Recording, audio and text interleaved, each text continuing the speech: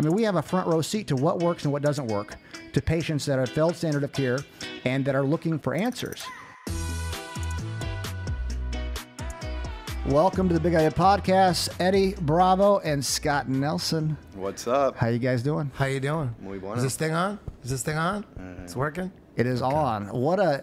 What a job to get this podcast going. This green screen is incredible. It's like it's like we're in Brazil. Every beach come from Brazil. That is true. That is true. The years that we've been hanging out, man, it's like about 20 years, and finally you're down here. 20? Yeah, something like, yeah, I guess it was 20. The first time I met Ed Clay, it was at a no-gi grappling tournament. And they were rare back in the days, like no-gi like Grappler's Quest was like like Abu Dhabi, and then Grappler's Quest. But in the West Coast, I mean, they were rare. And we were at some grappling tournament, and there was a jiu-jitsu magazine called Submission Fighter, and it was like a fanzine. It was a step above a fanzine, but not quite like a magazine that you would find at like the airport. And Ed Clay just bought it. He was the new owner, right? Yeah, that's right. You were the new owner. Someone else started it. You bought it. You were 19 years old, and I never forget. You asked me to write an article for him, like, because at Jean-Jacques, I was the MMA expert. Like, no one knew more about the UFC than me. I watched the UFC all the time. UFC 1 through 8, I had it on an 8-hour VHS tape with just the fights and the tail of the tape, everything else cut out, and it's like just 1 through 8. And I watched that shit every Friday at work at the strip club when I DJ'd. It's an 8-hour shift on Friday. Every Friday, I'd play that tape. And so I knew fucking everything about the UFC. There wasn't that much to know, really. There was only 8 UFCs at that point. Or actually, there was... This was a little after that, but anyways, and then I wrote an article, and wasn't it with like Chuck? It was with Chuck Liddell. Man, I don't remember. What was the article about? I forget what the article was about, but the thing that I remember the most was talking to you, and being so impressed. I was like almost 30 at that point, and you were 19, and I remember thinking like, this guy sounds like a 40-year-old entrepreneur businessman. And after just a few minutes of talking, I'm like, dude, you sound like, you don't sound 19. You sound like a dude who's going places. And man, you've done so much over the years, and to watch you evolve into what you're doing now, trying, your best and doing everything you can to save as many lives as possible and extend lives with what you're doing at Chipsa Hospital in Mexico, where we're at now. It's just unbelievable, man. But I'm not surprised at all. Thanks, man. It's been a crazy 20 years, and it's the grind was real, And back then, I just knew that I wanted to do something big. I didn't know what it was. Mixed martial arts was kind of what I'd always envisioned at the time. So, from the time I was 11 years old, I was training, and that was kind of my world. And so actually when I retired from coaching per se and sold my gym, I was like, oh, what do I do with my life now? And it was kind of, how do we give back? And how do you change the world? That was the idea. But yeah, I remember, man. And I also remember like sitting the back of the King of the Cage in like trailers talking about some crazy things. And the first time I trained with you, I was like, man, it was like a hotel room. You're like, hey, check this thing out. And you're showing me moves and stuff. I'm like, oh man! And then you were showing me rubber guard. This was very undeveloped rubber guard. Before YouTube, we exchanged techniques in hotel rooms. Yes. Mark Lehman. And yes. All the time. It was all about hotel rooms on the floor. Check this out. I got this new arm bar. Have you seen the new Dars? There's a new choke called the Dars. I'm like, what the fuck is this? It was pretty crazy. And you ended up, again, not surprised. You ended up buying or owning your own gym, Nashville Mixed Martial Arts. You brought me out for my first seminar. I came out to Nashville, and I stayed with you at your house. And at that point, can we talk about this? Oh, sure, yeah. At that point, you had a jiu-jitsu instructor, and you had, he was a Brazilian guy named Luis whatever. He was a Brazilian guy. And he was there living with his son too. Yeah. And I didn't, you know, it was my first seminar in the United States, and I came out, and we were watching TV. It was the night before the seminar, and that your jiu-jitsu instructor, he would not acknowledge me. He would not look at me, and his son wouldn't either. We were all like sitting there watching TV. You know, I don't know if we ordered pizza or whatever, but they just were giving me a massive, icy, cold shoulder, and I didn't really get it. And the next day at the seminar, 8 people showed up, and they were all out-of-towners. There was none of your students. You had about 100 students. None of them showed up. And then we found out that your instructor pretty much made it so that if they showed up to my seminar, they would be in some kind of trouble. Yeah, it was a setup.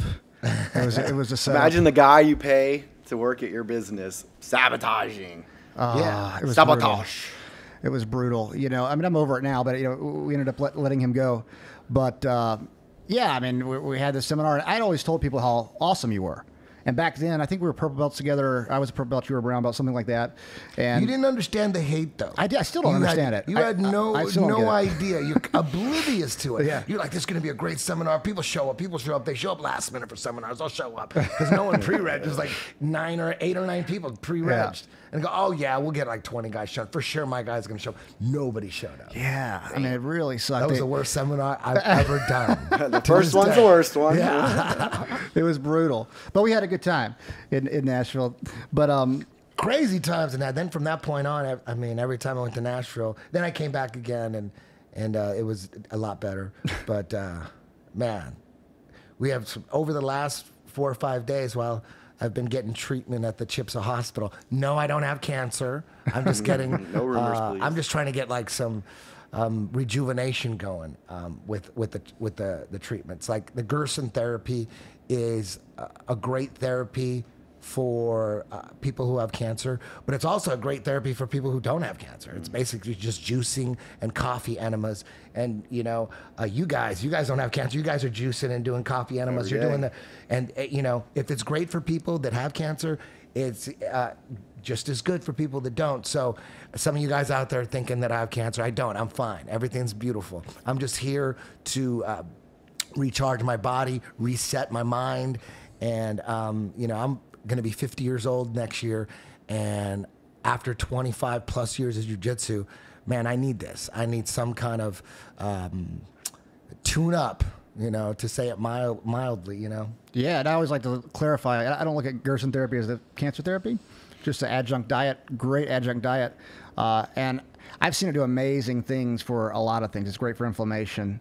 It's great for, I've seen it support my mom with rheumatoid arthritis, which was an amazing thing to watch. She actually came into her hospital in a wheelchair years ago. And I've seen it do amazing things. And she's out of a wheelchair now? Oh, yeah. Dancing. Wow. Yeah, dancing. She was in a wheelchair. Yeah, so how we started Chipsa, and this is kind of making a longer story short. Yeah, go through your story a little bit for the people that are watching this, you know, like my people, and tell them a little bit of. I'm sure you talked about this before on your podcast, but give me. You went from.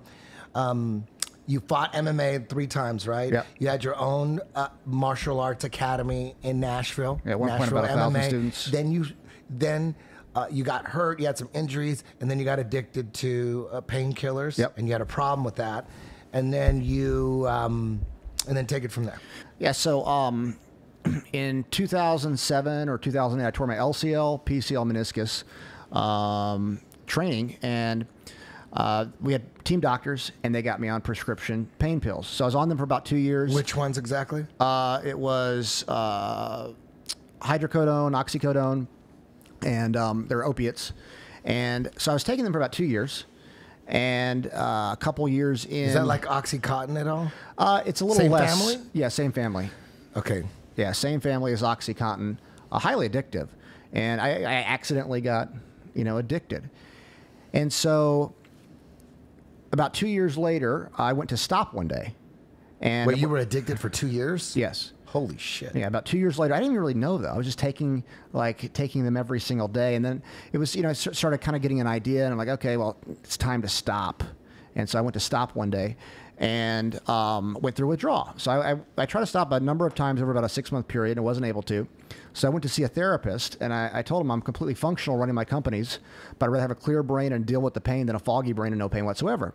The therapist said, America's behind the times when it comes to opiate withdrawal. Google ibogaine. Ibogaine, yeah. So I Google ibogaine. It comes from the Tabernacle Iboga root in Gabon, Africa. It's what the Bwiti use for the rites of passage ceremony. Kind of like it's an African version of ayahuasca. Yes, yeah, it's just deeply introspective, but I was skeptical, so I was like, I don't know. It's supposedly blocked 100% of opiate withdrawal, but I watched a couple documentaries. I was like, you know what? I'll give it a try. So I took a plane to Mexico City, took a bus 2 hours south. Yourself? By myself, yeah. Took a bus 2 hours south. Did ibogaine in somebody's bedroom in Tepoztlan, Mexico. Was home 72 hours later. Never had a withdrawal. Never had a craving. And then, I asked myself, if this is not available in the United States and can help people, what else is out there? And so that kind of sent me down the rabbit hole of looking at things for my mom as well. She was very sick with a rare form of rheumatoid arthritis. So I was working on the opiate thing to help opiate addicts, and I was looking for my mom. Fast forward 2015, we were looking to working on licensing in Mexico for years. And we were actually at an ibogaine clinic, and the guy was driving us around. He drove us by this old hospital So building. you were looking to, in Mexico, help like open up an ibogaine type center? Is that what you were doing? Yes, we were always looking at doing alternative type things. Actually, this was our plan, like a 5 to 7 year plan. Where we're at, right now is like was a 10 to 15 year plan where we're at now. But back then, we were able to do it all at once when we came across this hospital building. So we drive by this hospital building, and we were with this guy that owned the ibogaine clinic. He said, "Oh, this hospital's closed down." Took a picture of it. When we got back to Nashville, we called some real estate agents in Mexico. Said, "Hey, do you know who owns this hospital? How can we can we talk to the owner?" He called us back, and it turned out to be the original Gerson Hospital. Gerson? Yes. Gerson Therapy. Yeah, the original Gerson Hospital. And so they also had a treatment called Colles toxins. And I had read a study on Colles toxins for rheumatoid arthritis from 1923. And so Scott, Dedrick, and I purchased the hospital. My mom, we hired some of the original staff. My mom was our second patient. She came in a wheelchair. She left 3 weeks later walking. And now, almost, 4.5 years later, she's still in remission today. And she had rheumatoid arthritis, a rare form? Yes. Which basically It was put her in a wheelchair. When I say rare, the problem was that she couldn't handle it was more of the medication. She couldn't handle the standard of care medications like the Humira, the immune suppressants. It gave her multiple staph infections. She got tuberculosis at one point. She broke her back on a short fall due to the prednisone, and she just couldn't handle the medications. They give you immunosuppressants, so. A lot of people can't handle those things. The side effects are pretty brutal for some. And so she came in a wheelchair. She left walking. And, to this day, she's still in remission. It was bad, though. It was attacking her organs. She had a rash from basically head to toe. And so, with Gerson therapy, or rather with the hospital doing alternative type medicines, we saw some people getting better. Wait a minute. So you, Scott Nelson, and Dedrick, what's his last name? Perry. You guys, all three of you guys bought Chipsa Hospital. Yes. Okay. Yeah. And we saw a lot of people not, some people getting better, a lot of people weren't. And it's like, how do we build a bridge with the conventional community? And we've tried nearly every alternative treatment that there is out there, I think. And so we started building bridges with the conventional community. And one of the first trials that we did was with a company called Batu Biologics. They had a product called Valovax. We treated about 250 patients. That trial would have cost them around $25 million in the United States. We did it for about $750,000. And they had a lot of great scientists working with them. They had a Nobel Prize winner on their scientific advisory board. They had a guy named Francisco Marancola. He was the former chief of immunogenetics for the National Institute of Health. He actually is one of the authors of one of the main textbooks for immunotherapy for cancer for conventional oncologists, and started becoming friends with a lot of their team and some other pharma teams and biotech teams, and realized we have a lot in common. And a lot of the stuff we're doing at Chipsa is in many ways cutting edge. They're like, oh, you've been doing immunotherapy for almost 40 years. There's a lot of immunotherapies that we're doing. Dendritic cells, for instance, CHIPSA started doing in 2000. It wasn't approved by the FDA until 2010, a drug called Provenge. For instance, that drug Provenge in the United States costs around $93,000 for 3 doses. We do a dendritic cell vaccine at CHIPSA for about $12,000 for 3 doses. So $93,000 or $12,000. But so we're combining a lot of conventional alternative things. We do things like checkpoint inhibitors. We do chemotherapy, but at a lower dose. We look to cause a danger signal in the cancer and then stimulate the immune system to go in. We follow a lot of what Polly Massenger does and the danger model.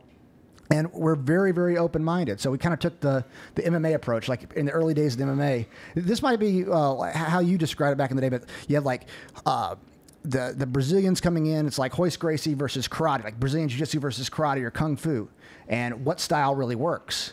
And then we saw Brazilian Jiu-Jitsu work. And then the wrestlers learned how to defend the submissions. And then the kickboxers learned how to defend the takedowns. And then it started morphing into really mixed martial arts. But you couldn't hide what was real and what wasn't real in the cage. You had to see. Same thing with this. I mean, we have a front row seat to what works and what doesn't work, to patients that have failed standard of care and that are looking for answers. And a lot of people say, well, why isn't there a cure for cancer? I don't think it's a big conspiracy, personally. I believe the reason that we don't have a cure for cancer is because of ego. Everybody wants to be right. It's got to be this one treatment or this one. It's a very complex disease. You can give 2 patients with the same cancer, the same treatment. One patient could respond, the other wouldn't. Like, why is that? It's because it's very complex, and it's not just going to be one thing. I think it's a combination of the mind. I think it's a combination of diet. It's a combination of treatments and supplements and a lot of different things. It's not just going to be one thing. But if I were to say, why isn't there a cure for cancer? It's ego. It's ego. The problem, you look at, there's something called Coley's toxins, which we do at CHIPSA. And if you're to read the textbooks or if people were to Google Coley's toxins, you'd see that it's not a question if Coley's toxins work. They absolutely worked. It was controversial for a little while, but from the Helen Coley Knott's monographs that she published in, I believe, 1952, of her dad's 896 or 891 patients from 1891 to 1936, Dr. Coley had a higher success rate treating most cancers than we do today. But it was just ego, really, that kept that from coming. That they didn't understand the mechanisms of action. And what I think science misses is that, the mechanisms of action, how this stuff works is important, but the patient doesn't care about that. If you're saying, oh, we can't move this drug forward because we don't know how it works, well, but it's working. Like, figure out how it works afterwards, and let's use it in patients. But that's kind of how this stuff works. Sometimes if they can't figure out how it works, then they don't want to move it forward. But Dr. Coley had a higher success rate treating most cancers from 1891 to 1936 than we do today. So we opened CHIPSA, and then 2018, Trump signed the Right to Try legislation, which is amazing legislation. Nobody's using it yet. We're going to be the first. So we're starting something called United Cancer Centers in the United States. We open mid next year in Las Vegas. First location is going to be Las Vegas. Second location is going to be Nashville. And we're going to be the first institution to implement the Right to Try legislation. So we'll be taking a lot of different genetic tests, something called a liquid biopsy where you can... So explain what the Right to Try legislation is. Like, how is it, what is it changing? Yeah, so the Right to Try legislation is, it says that any drug that's been through a phase 1 trial, a patient can ask for it from the pharmaceutical company, and the pharmaceutical company has the right to give it to them without being sued. So before, pharmaceutical companies were afraid to give patients these drugs because they could be sued, or the data under compassionate use could be held against them. With this, the data can't be held against them, and they can't be sued if something goes wrong. The patient has to sign something, informed like a consent, waiver, informed consent. But see, what we're doing at United Cancer Centers, informed consent's an interesting thing, because like everybody's like, oh well, they got to sign informed consent. And this is, the patient, might be desperate. It's like, hell yeah, they're desperate. They're about to die of cancer. I think patients can be responsible enough to make an informed decision. I think it goes beyond informed consent. We want to bring on informed decision making, where they look at their genetic information with our oncologist, with our geneticist, with our nutritionist, and they make an informed decision. We're going to be working with IBM Watson to curate a list of all the treatments throughout the world. So, hey, if we can't get it for you at United Cancer Centers, you can go to China and get this here based on your genetic information. You can go to Germany and get this here based on your genetic information. Informed decision. Here's a list of all the things that your genetics are saying, and here's a list of the possibilities that we know of through what the Watson database creates for us. So that's going to be really the difference, because we're going to be taking, this is kind of interesting. I don't think people understand this. So there's diagnostic tools, and then there's research tools. You can't give a diagnosis off of a research tool. So, but a lot of people, I say conventional people will say, well, you can't use research tools though. And the FDA, in a way, would say you can't use research tools for a diagnosis, which I would agree with. But you can use multiple research tools to make a better informed decision.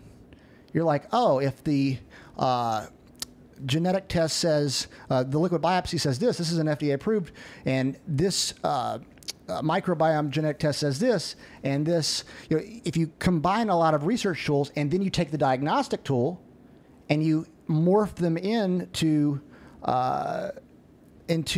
an idea to make the best informed decision, you're making a better decision.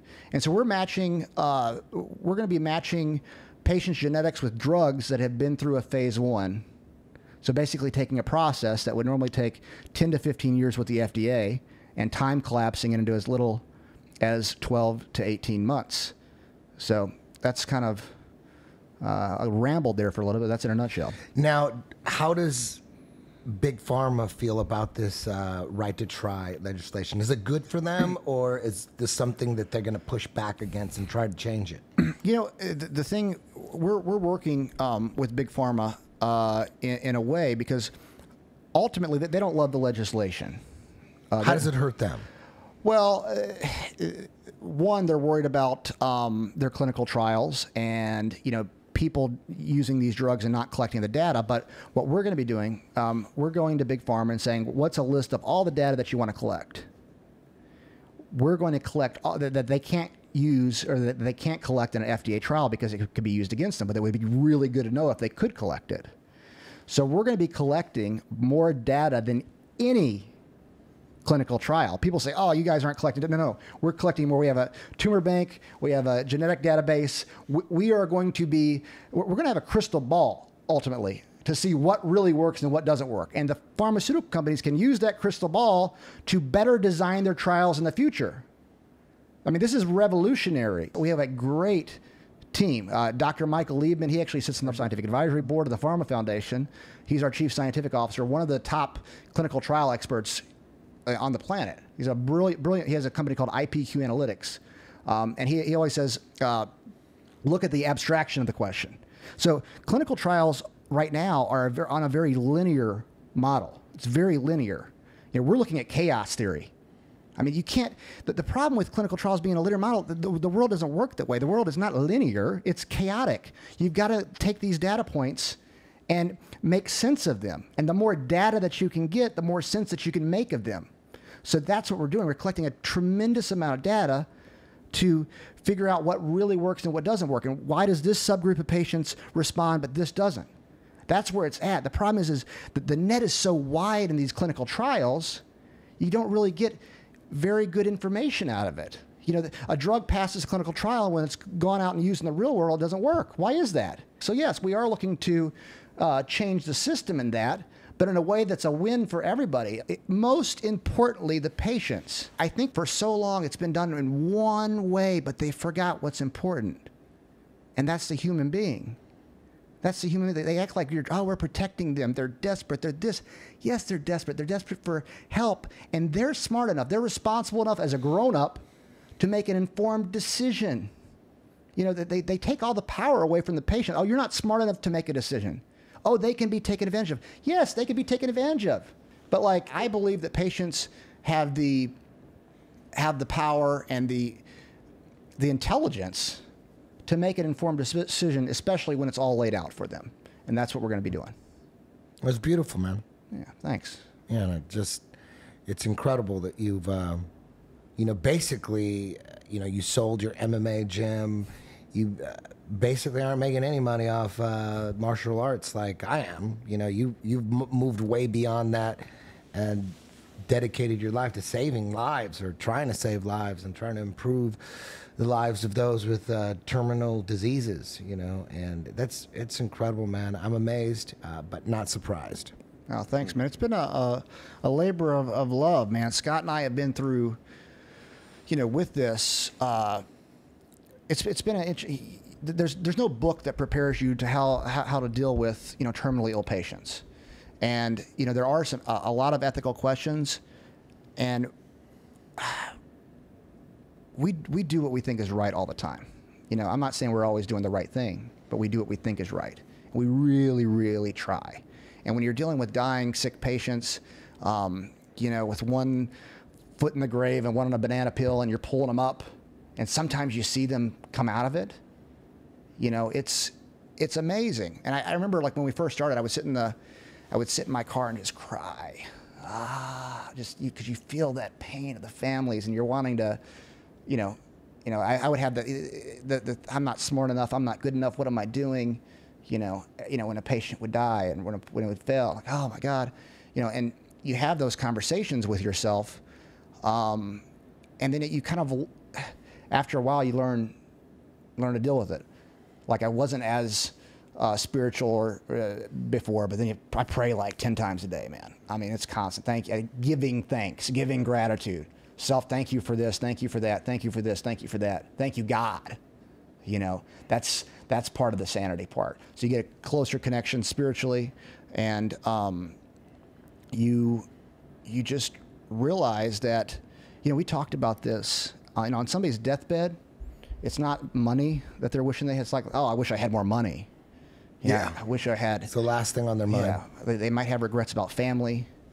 They might have regrets about, friendships or, human connection that they lost. And that's what I've learned tremendously, is it's all about the human connection. All the other stuff is whatever, man. I hear problems, and we're human. So we all experience problems, and sometimes, we're not at our best, but at the same time, it's like having that human connection. And the idea, one of the things I love, my favorite quotes is, give without remembering, receive without forgetting.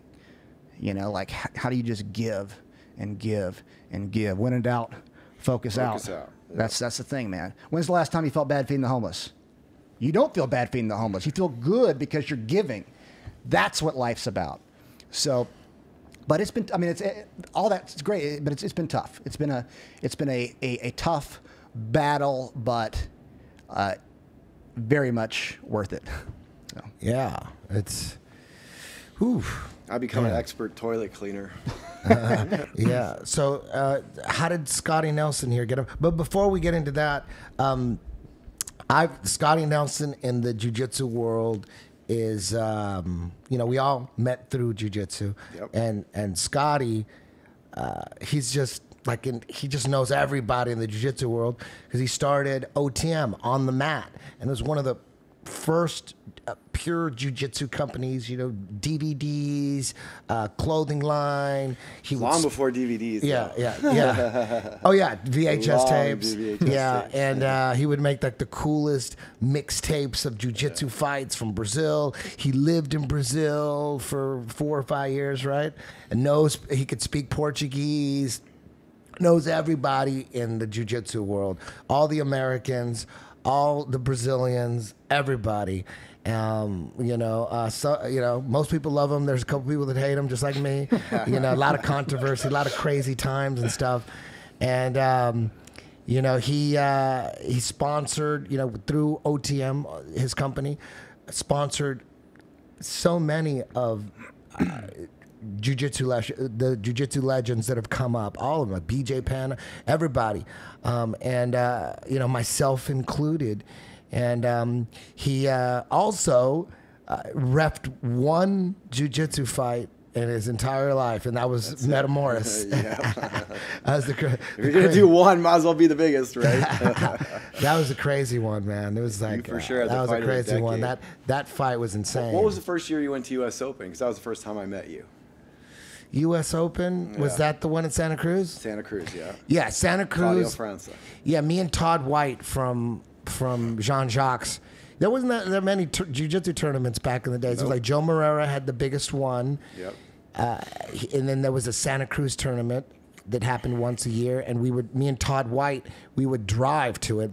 And I'll never forget, and this kind of ties into Gerson therapy a little bit, but the first time I competed in Santa Cruz was like 97, and jiu-jitsu back then, and even to this day, 95% of the people that compete in jiu-jitsu or just training jiu-jitsu are just nerds. It's just a bunch of nerds, because most like tough guy, douchebags, they can never handle jiu-jitsu, because in jiu-jitsu you have to walk through the fire for a while, and that means you are going to lose the game of death on a daily basis multiple times. So if you're a tough guy, you generally won't have the ego to deal with getting beat in this game of death. And even though it isn't like a physical beating where you're getting, beat up like and blood and cuts and all that, it's just jiu-jitsu. We're just choking each other out. It's an emotional thing. And tapping out doesn't feel good ever. And tapping people out feels great all the time. So you have to deal with that. So what ends up happening is jiu-jitsu is its own self douchebag filter. And what you're left with is a bunch of dudes who are experts at killing, not just regular people, that's too easy, but we're experts at killing people who are experts at killing people. That's what we're into. So it's just a bunch of nerds, and the last thing we want to do is fight. The last thing we're thinking about is fighting anybody. We're a bunch of pussies. I grew up a pussy. I'm still a pussy. Most jiu-jitsu players that are training at schools today, they're just a bunch of pussies, just like me. We're not looking for fights. If you're out there looking for fights, then you're not going to survive in jiu-jitsu. You just can't. You're not going to be able to take losing, and you're eventually going to be avoiding people. And the better you get, it's going to be more pressure for you to not to tap, and then you're going to disappear and you're going to stop training. That's just the way it goes. So back to Santa Cruz. Me and Todd White were up there, two pussies, and place is just filled with a bunch of pussies. And I'm seeing this guy and jogging. We're waiting to go. We're just sitting there. We're not doing any like professional warm-ups or anything like that. And I'm seeing this guy run up the stairs and warming up. He's got a hoodie on, and he's got the top of the hoodie on covering his face. So see something, you could tell he's like Mexican or something, Latin. Like he looked mean, and he had his head covered. He got the hoodie on, and he's warming up, running up and down the stairs. I'm like, we got like real athletes in here. Like who is this guy? And I was a blue belt at the time, and he was a white belt. And I had my eye on him. I'm like, man, that guy looks scary. And thank God he wasn't a blue belt. And I was competing on my mats, and I would look over and I would see this guy. There was all this noise because he was really good. Apparently he wrestled his whole life, and now he's a white belt, and he's like running through people, putting them in. I'll never forget looking over, and he had a guy in a spladle. And it was hilarious. I'm like, man, who is this scary wrestler guy? God damn. And then the next year, I came out. Now I'm a purple belt the next year. And he got promoted to purple belt. I remember his name was Javi Vasquez. I'm like, yeah, that guy's tough. And I remember me and Todd White getting to Santa Cruz, and we looked at the brackets. I just wanted to make sure this guy wasn't in my weight division, because I knew he was a purple belt now, and I'm a purple belt. And I looked, and I'm like, oh, man, this dude is in my weight class. And like, he was just scary. And we ended up going at it in the first match. I swept him, and then he swept me back, and the match ended with him on top. So I lost 2-2. And then we ended up going again in the same match. And I at that point, I'm like, okay, I'm just going to open up and attack him. I'm not going to be so cautious. You know what I mean? He wasn't that scary. He won, but it was 2-2. So I opened up, and then he knee barred me and fucked my knee up. So he was up 2-0 on me. And then we ended up going again at a Joe Moreira's tournament in Irvine at a 24-hour fitness. And it was we had a great match. I had him in the truck the whole time, but he had passed my guard early in that match. So he won 2-0. I couldn't get his back. You didn't get any points for the truck, and I couldn't put both hooks in, but it was a great match. It's on my DVD. And then we fought one more time, and I remember he said, I got a surprise for you this time, because he knew I was going to pull guard. He knew what side I was going to pull guard to. So what he ended up doing is, as soon as I pulled guard, he did like a flip over me, and he ended up passing my guard, and then I put him in half guard. And then, but anyways, the only reason I'm talking about Javi Vasquez is because he was my #1 rival in jiu-jitsu, and I was always afraid of him. And but he ended up coming down with colon cancer, and he used the Gerson therapy. He went in there and had, I'm pretty sure he had stuff cut out of his colon, and then he had the Gerson therapy, which is just massive juicing every hour. You juice fresh juices, and then you mix that in with coffee enemas all day. Juicing, coffee enema, juicy, coffee enema, cleaning out that colon, juicing, coffee enema, and you do it like every day. It's super hard just to keep up that protocol, but he did it, and he's in remission. And it worked for him. It doesn't work for everybody, but it worked for Javi. And Javi's got a school. You know, the school's thriving in Southern California. Javi Vasquez Jiu-Jitsu. It's called strike-based jiu-jitsu. He ended up fighting in the UFC and WEC, King of the Cage. He was a King of the Cage star. And, you know, so, you know, I'm here at Chipsa not because I have cancer. I don't have cancer. I'm here at Chipsa just for that, you know, the Gerson therapy, the NADH. I'm trying to repair this 50-year-old body. You know, 25 years of jiu-jitsu took its toll, and I'm inflamed all over the place. And at Chipsa, they also have like the top of the line, high level stem cell therapy there, and that's really why I'm at Chips, is for the stem cell therapy. You know, we inject it straight into my joints and through an IV. We went full blown, you know, and that's why I'm there. And but you know, I'm doing that Gerson therapy too. You know, even if you don't have cancer, that, you know, juicing and coffee enemas, you know, are great for everybody. So I recommend that to everybody. I've never done an enema before, and that was it was hilarious. But it's going to be something that I do on a regular basis, and you know, I recommend that to everybody. You know what's interesting about Javi is, and I'd like to see exactly what he did, but you know, it wasn't just one thing, right? If he did the surgery and Gerson theory combination, yeah, little conventional, alternative, you know, that's the combination that I like people to be open to. I mean, if you can cut out a tumor, cut it out. Generally, like, cut the thing out. A lot of people see guys like Javi maybe get better and think, oh, it's just just the diet. No, it's a combination. It's a very logical combination, by the way. Yeah. I mean, let's say it wasn't Gerson therapy, but let's just say it was a good diet with organic foods and surgery. That makes a lot of sense than going and having surgery for a colon cancer and then drinking a bunch of Coke. Yeah. And then, you know, eating a bunch of fried foods or going to eat pizza. You know, my aunt had uterine cancer, and she went conventional in the beginning, and she was drinking a bottle of wine at night after she was in remission, right? I told Mom and Dad, like, she's not really in remission. I mean, it's just, they say remission, but it's not really remission with that type of cancer. It's going to come back, you know, within 4 or 5 months. 2 months later, it's back. And, you know, they told her, oh, diet doesn't matter at all. It doesn't even matter. Don't even worry about it. But that's not logical to me. And Javi did Gerson therapy, but I'd just like to see, with a lot of these people that do surgeries, you know, if they had a very healthy organic diet, how much better the response rate would. And that's where it's a very linear clinical trial. That's clinical trial's not even done because there's so many diets out there. It would have to be a very specific diet, this diet and surgery. Like that doesn't make sense. We have 35+% of people, I believe, that are obese in the United States. We know how to lose weight and still don't do it.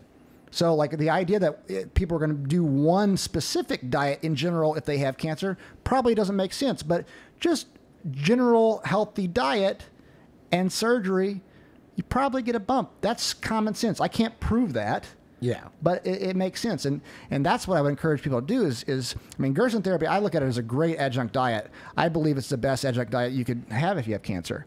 But there's a lot of other things that are easier that almost everybody can do after surgery. I don't believe that diet doesn't matter at all. Imagine this. Or I don't believe that diet doesn't matter. I don't believe that the power of the mind doesn't matter. Imagine this. We're training a fighter for the UFC. And we say, you know what? Don't worry about your diet. Go drink Coke, go eat pizza, go eat fried food. All that matters is the technique. All that matters is the technique. Don't worry about the power of your mind. Don't worry about getting focused and all you need is rubber guards. Yes. Eat whatever you want. Rubber guard gonna make everything okay. Yeah, we would be considered the worst coaches ever. Yeah. You don't do that. Don't worry about the power of your mind. Don't worry about your diet. Don't worry about these things that we know are important. We can't put our finger on how important they are. We can't prove how important they are. How would we ever prove that? Yeah, exactly. And even if you had perfect diet and the technique was perfect, if your mind wasn't right, you're still going to lose. It is, and for cancer, it is so underrated, the importance of the power of the mind. It could be the most important thing that there is. Could be. Yeah. I don't know. It could be. It's, when someone is faced with a terminal diagnosis, and we don't think about this because we don't deal with it every day.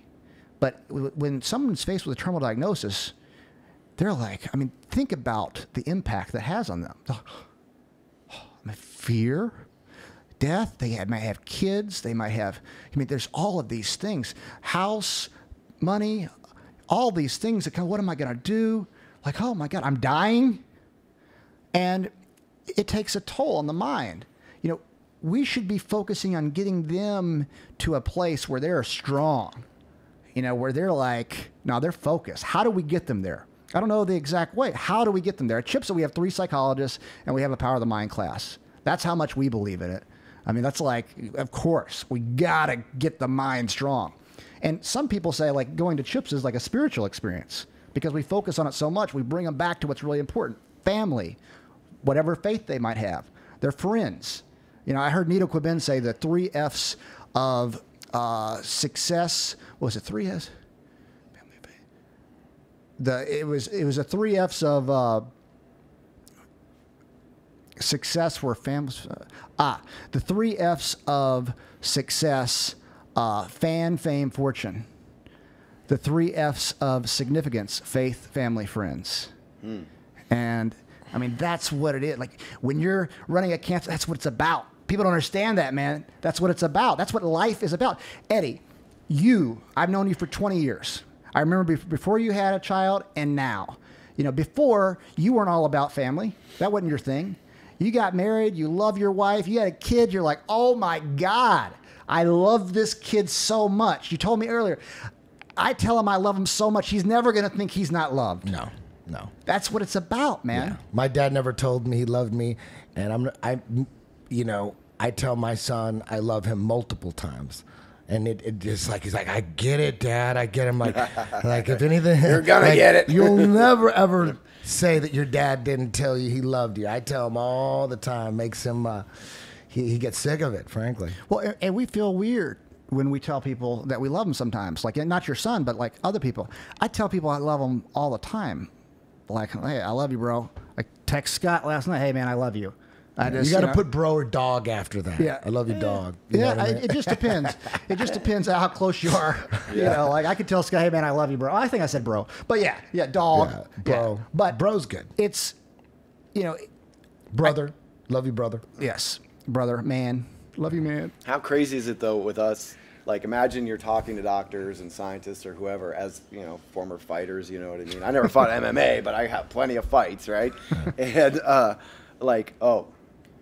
your mind doesn't matter. What you're thinking going into the fight doesn't matter. Like, what? The mind, like, dude. You go on there in the mat, you think you're going to lose, you're going to lose, right? Yeah. It's weird how that works. Sometimes it works. It's like reverse psychology sometimes, because coming up, learning Brazilian Jiu-Jitsu, in the beginning, the Brazilians we never been to Brazil, and it was a brand new sport. UFC just came out. We were under the impression, based on the stories we were getting from these Brazilians, that, Jiu-Jitsu was a national sport in Brazil, and they do Jiu-Jitsu in stadiums. So we got I was fucking terrified of competing against Brazilians as a blue belt and as a purple belt. If I knew I was competing against a Brazilian, I would just fold. I would just hold and fold. And Jean-Jacques Machado, my instructor, he couldn't stand that. He goes, listen, they're just regular people like you and me. I'm like, no, Jean-Jacques, they're Brazilian. They're the best. Their blue belts can beat American black belts. There were like 3 American black belts at the time or something like that. But I was just terrified of Brazilians. So, and that would mess my mind up. So I'm a blue belt. Joe Moreira's tournament wasn't the 24-hour fitness one. This was as a blue belt. And I'm looking at the brackets. There's paper. There's all these brackets taped to the wall. And I looked, and I saw the first round who I was going against. I'm like, oh, my God, a Brazilian. It was Cameron Earl, but to me, I saw that as Camarón Erele. You know what I mean? So I'm like, oh my God, this guy's gonna crush me. I was so depressed. I'm like, God. Jesus Christ. My uncle came to see me, and I'm like, oh man, I was trying to get him to. I go, you're gonna be bored. This is gonna go on all day. If you could leave if you want, because I knew I was going against Camarón Erele. I was like, this guy's gonna fuck me up, right? So we start going at it, and he could look Brazilian. He looked a little. He looked played like up the Brazilian angle. He could definitely be Brazilian. Like he had a little, mixed breed kind of look. And we were going at it, and he was fucking me up. He was up like 8-0. I'm holding on. I'm surviving. I'm shaking. And then I heard his coaches like speaking to him in English. I'm like, wait a minute. And then I heard him speaking English. I'm like, this guy's American. And I was like, oh, shit. So I put him in my guard, I locked the shoulder. I was going for his arm. He pulled out his arm, and I started attacking him. And then, boom, time was over. It was too late. Too little, too late. I snapped out of it. And that was my mind right there. And I remember that. I remember, man, the power of the mind. You could have your diet together. You could have your technique. But if your mind ain't together, and back in wrestling, this is, I wrestled 2 years in high school, and I was horrible. And I was wrestled at 119, and I was horrible, but I would get twisters, which in wrestling they're called guillotines. But when I started doing jiu-jitsu, the Brazilians started calling it the twister. Higgin and Jean-Jacques would call it the twister, and to me it was the guillotine. But there was already a guillotine. That was the front headlock, a choke. So it just became the twister against my will. So I didn't change the name for people. Jean-Jacques and Higgin did. And but anyways, I would do that in wrestling. I would do twisters in wrestling. And if I could pull off a twister, I would win. But if I couldn't get the twister, I would lose. So I would lose. But it was time for junior varsity CIF, like the finals, the county finals. And I had my spot. I was 119. But there was a guy named George who was a weight class above me, who would always beat my ass in wrestling practice, but he was heavier than me. He was in the next weight class, but he wanted to cut weight and take my spot for the CIF county finals. And I'm like, oh no. And I heard about that. He goes, yeah, George is coming down. He wants to come down and take your spot. And I'm like, oh my God, he always beats my ass. So we had to have a wrestle off. Like we had to wrestle off in the middle of the day for that spot. And I was just like, oh my God, this guy's gonna crush me. I was depressed. I want her to go to the finals. Now I'm not gonna make it to county finals. So we have our wrestle off, and he just whoops my ass. And I go, okay, I'm not going to county finals. But the day before, coach goes, hey, we need an alternate. at 119. Can you make weight? And all the time I'm like, I can make it. So I just, start spitting in my cup all day at school. All wrestlers just spitting in styrofoam cups. You lose weight by spitting all day. And did you wrestle in high school? Oh yeah. Oh, so you spit in cups? Oh yeah. Okay. So I went in as the alternate, and then right away they go, oh, a couple, you're in the tournament. The couple guys backed out or got hurt. I'm like, all of a sudden, I'm back in the tournament. And he was in the tournament too. So in high school wrestling, you could go against your own teammates. Sure. You know what I mean? Just like in Abu Dhabi, you have to battle your own brothers. So I didn't really care at that point. I was just like, just happy that I was in. I didn't expect to win or anything. And it was double elimination. So if you lose twice, you're out. So the first guy I went against, and this was Santa Ana High, and we had a decent wrestling team, bunch of Mexicans and stuff. Alex Nicochea and Jesse Barrios, they're the ones who taught me the twister, aka guillotine. No one else did it. They taught it to me because I was the weakest one on the wrestling team. So they go, we got to help this guy out. He's got to be a leg rider because he's too weak to play the power half Nelson game and all that stuff. But anyways, the first guy I went against, I had him in a twister. We fell back. I put the arm over my head. We fell back, but we fell out of bounds. Finally, I used all my energy to put him in a twister.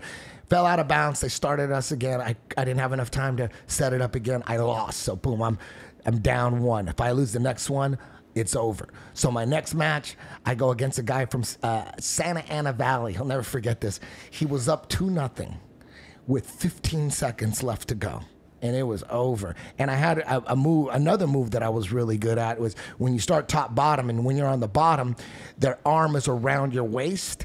And if you could grab that arm, it's like you're doing a Kimura on that arm, and you roll. You roll and you could pin a guy. It's like a big money move. You know what I mean? Can you imagine on the bottom, the guy is behind you, and you can, instead of Kimuring him, you just trap that elbow over the elbow, and you roll. And it's a flip. It's like a judo roll flip.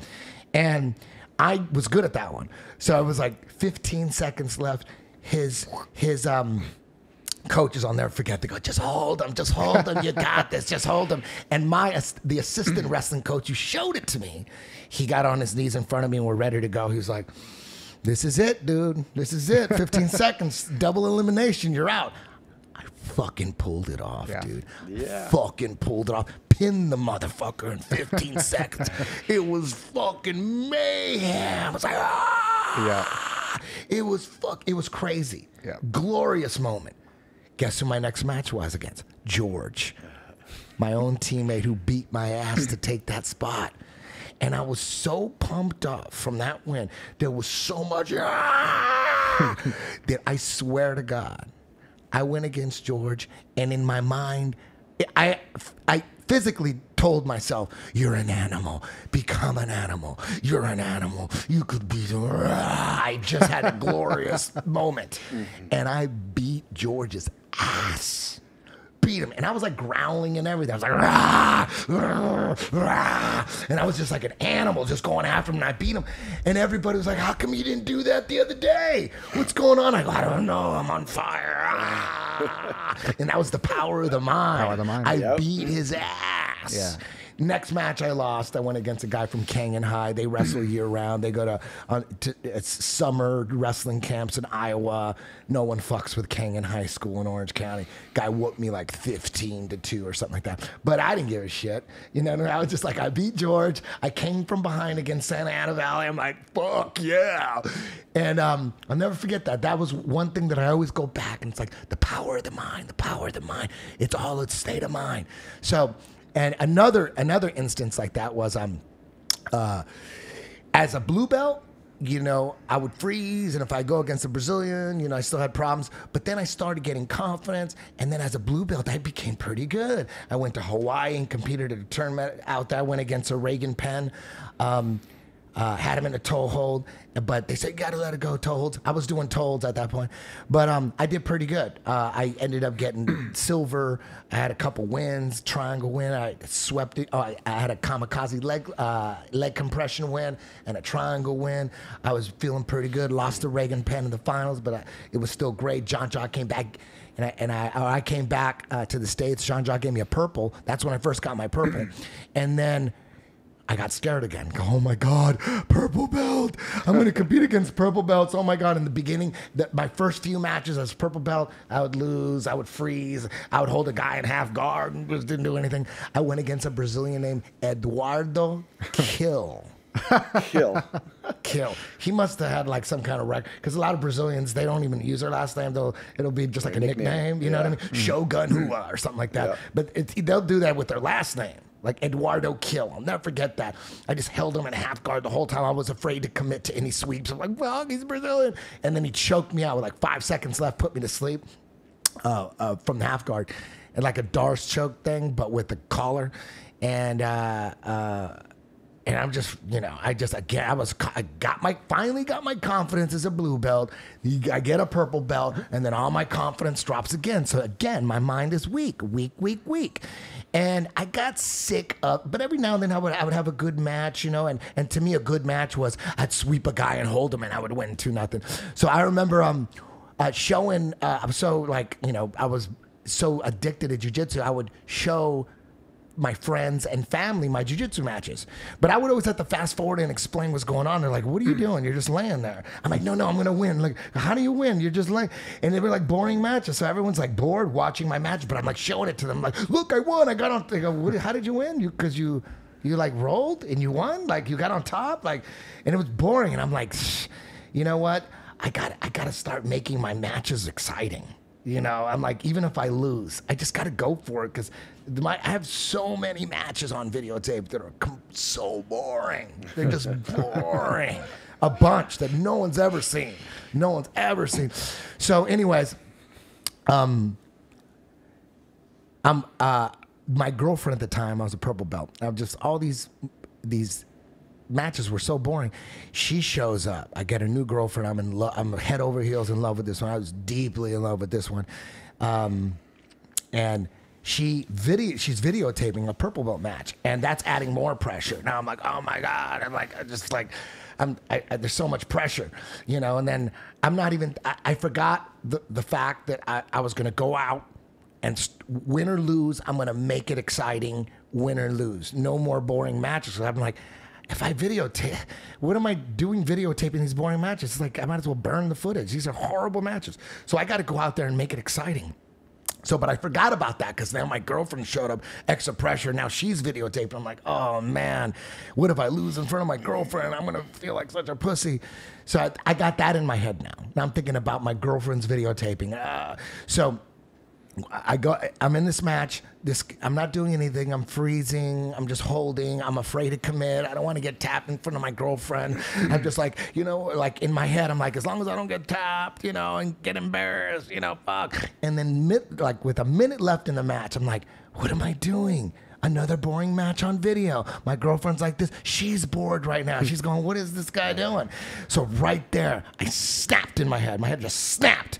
And I attacked, and I just started firing like at the gym. I'm always on the attack at Jean-Jacques, but in competition, sometimes I was freeze. It would always be about, can I compete like I do at the gym, or am I going to freeze up and get all cautious? So then I snapped and just started, put him in full guard, started attacking, put him in a triangle, trying for an arm bar. He's in danger. Time ran out. He wins. So that was it right there. That was it. I said, you know what? From this point on, I'm going to try to put everybody in a twister. I'm going to do everything I can, and I'm going to put a DVD out on it. And that's what I ended up doing. Yep. So I said, you know what? No more. I'm just going to put twisters on. I'm either going to get them or I don't, but I'm going to collect all this footage and put out a tape. And there's a lot of, I think I got, I don't know how many I got. A bunch. I got a bunch. But there was a lot of matches where I didn't have enough time. Like I almost had him. I had him in the truck and then time ran out. Or I had him and the guy escapes. Or we start rolling and I almost had it, boom, almost get it, boom, time runs out. There's a bunch of those that no one has ever seen, like almost twisters. But I ended up, I don't know how many I had. But I put a DVD out called The Twister, like Scotty Nelson's brother, Cade Nelson, who ended up being one of my black belts. Super, genius with computers and editing and all that stuff. Remember? Yeah. You shot it at Larry's. Yeah, but anyways, the point of all that was how important the power of the mind is, not only in jiu-jitsu or any sport or business, any kind of meetings, at so many levels of life, where every level of life, really. Yeah. The mentality, that's number one. Then the diet. Same thing with jiu-jitsu. Diet, important, jiu-jitsu. Mental health, important, jiu-jitsu. And then technique. What techniques you're using to beat cancer or to beat any disease. You know, it's the same thing. And that's what you're doing. You're doing some mixed martial arts with cancer, and it's an amazing thing, man. And when I call you a bad motherfucker, you and Scott, when I say you guys are bad motherfuckers, I mean that like you are. That means you're super ultra solid, honest, and you have a gigantic heart, and you know, endless motivation to do the right thing, and that's the most important thing in life. You know what I mean? Thanks, Money for ain't, that. like I know this just from life experience, that I always try to put myself at 90 years old on my deathbed and thinking like, man, right now I'm living the memories I'm gonna have when I'm 90. So appreciate them, because if I was 90 and I was dying, and then all of a sudden, boom, I'm here, and I'm like in a time machine or some magical thing, like how would I feel? Would I feel like I'm feeling right now, or would I feel like 1,000 times better? Yeah. Imagine how you would feel if you got to be right here, right now, like, oh my God, look, how did this happen? How did I go back in time? Imagine how amazing you would feel. Right. And so if you're sitting around not appreciating that, you know, you got to fix that. You know, it would be almost impossible, really impossible, to feel like you would if you did come back in a time machine when you were 90. I mean, because imagine how you would feel. Imagine how you would feel, like how good the air would feel, how good that view of the ocean behind us. You'd be like, what? How? I'm back here. I get to do it again? Yeah. If you could, there's no way you could feel that way, but if you could somehow get like halfway there or as close as possible, you know what I mean? Like if someone switched lives, like if you were raised in a third world country in just shitty conditions, like war-torn area, and all of a sudden you got your life, and you were like, boom, like you got this life. Like, can you imagine how good you would feel? Like, oh my God, my name's Ed Clay. You know, I own a hospital, and I'm saving, you know, I'm doing as much as I can to save lives and do the right thing. And, you know, I got a house on the beach in Mexico, and imagine how you would feel.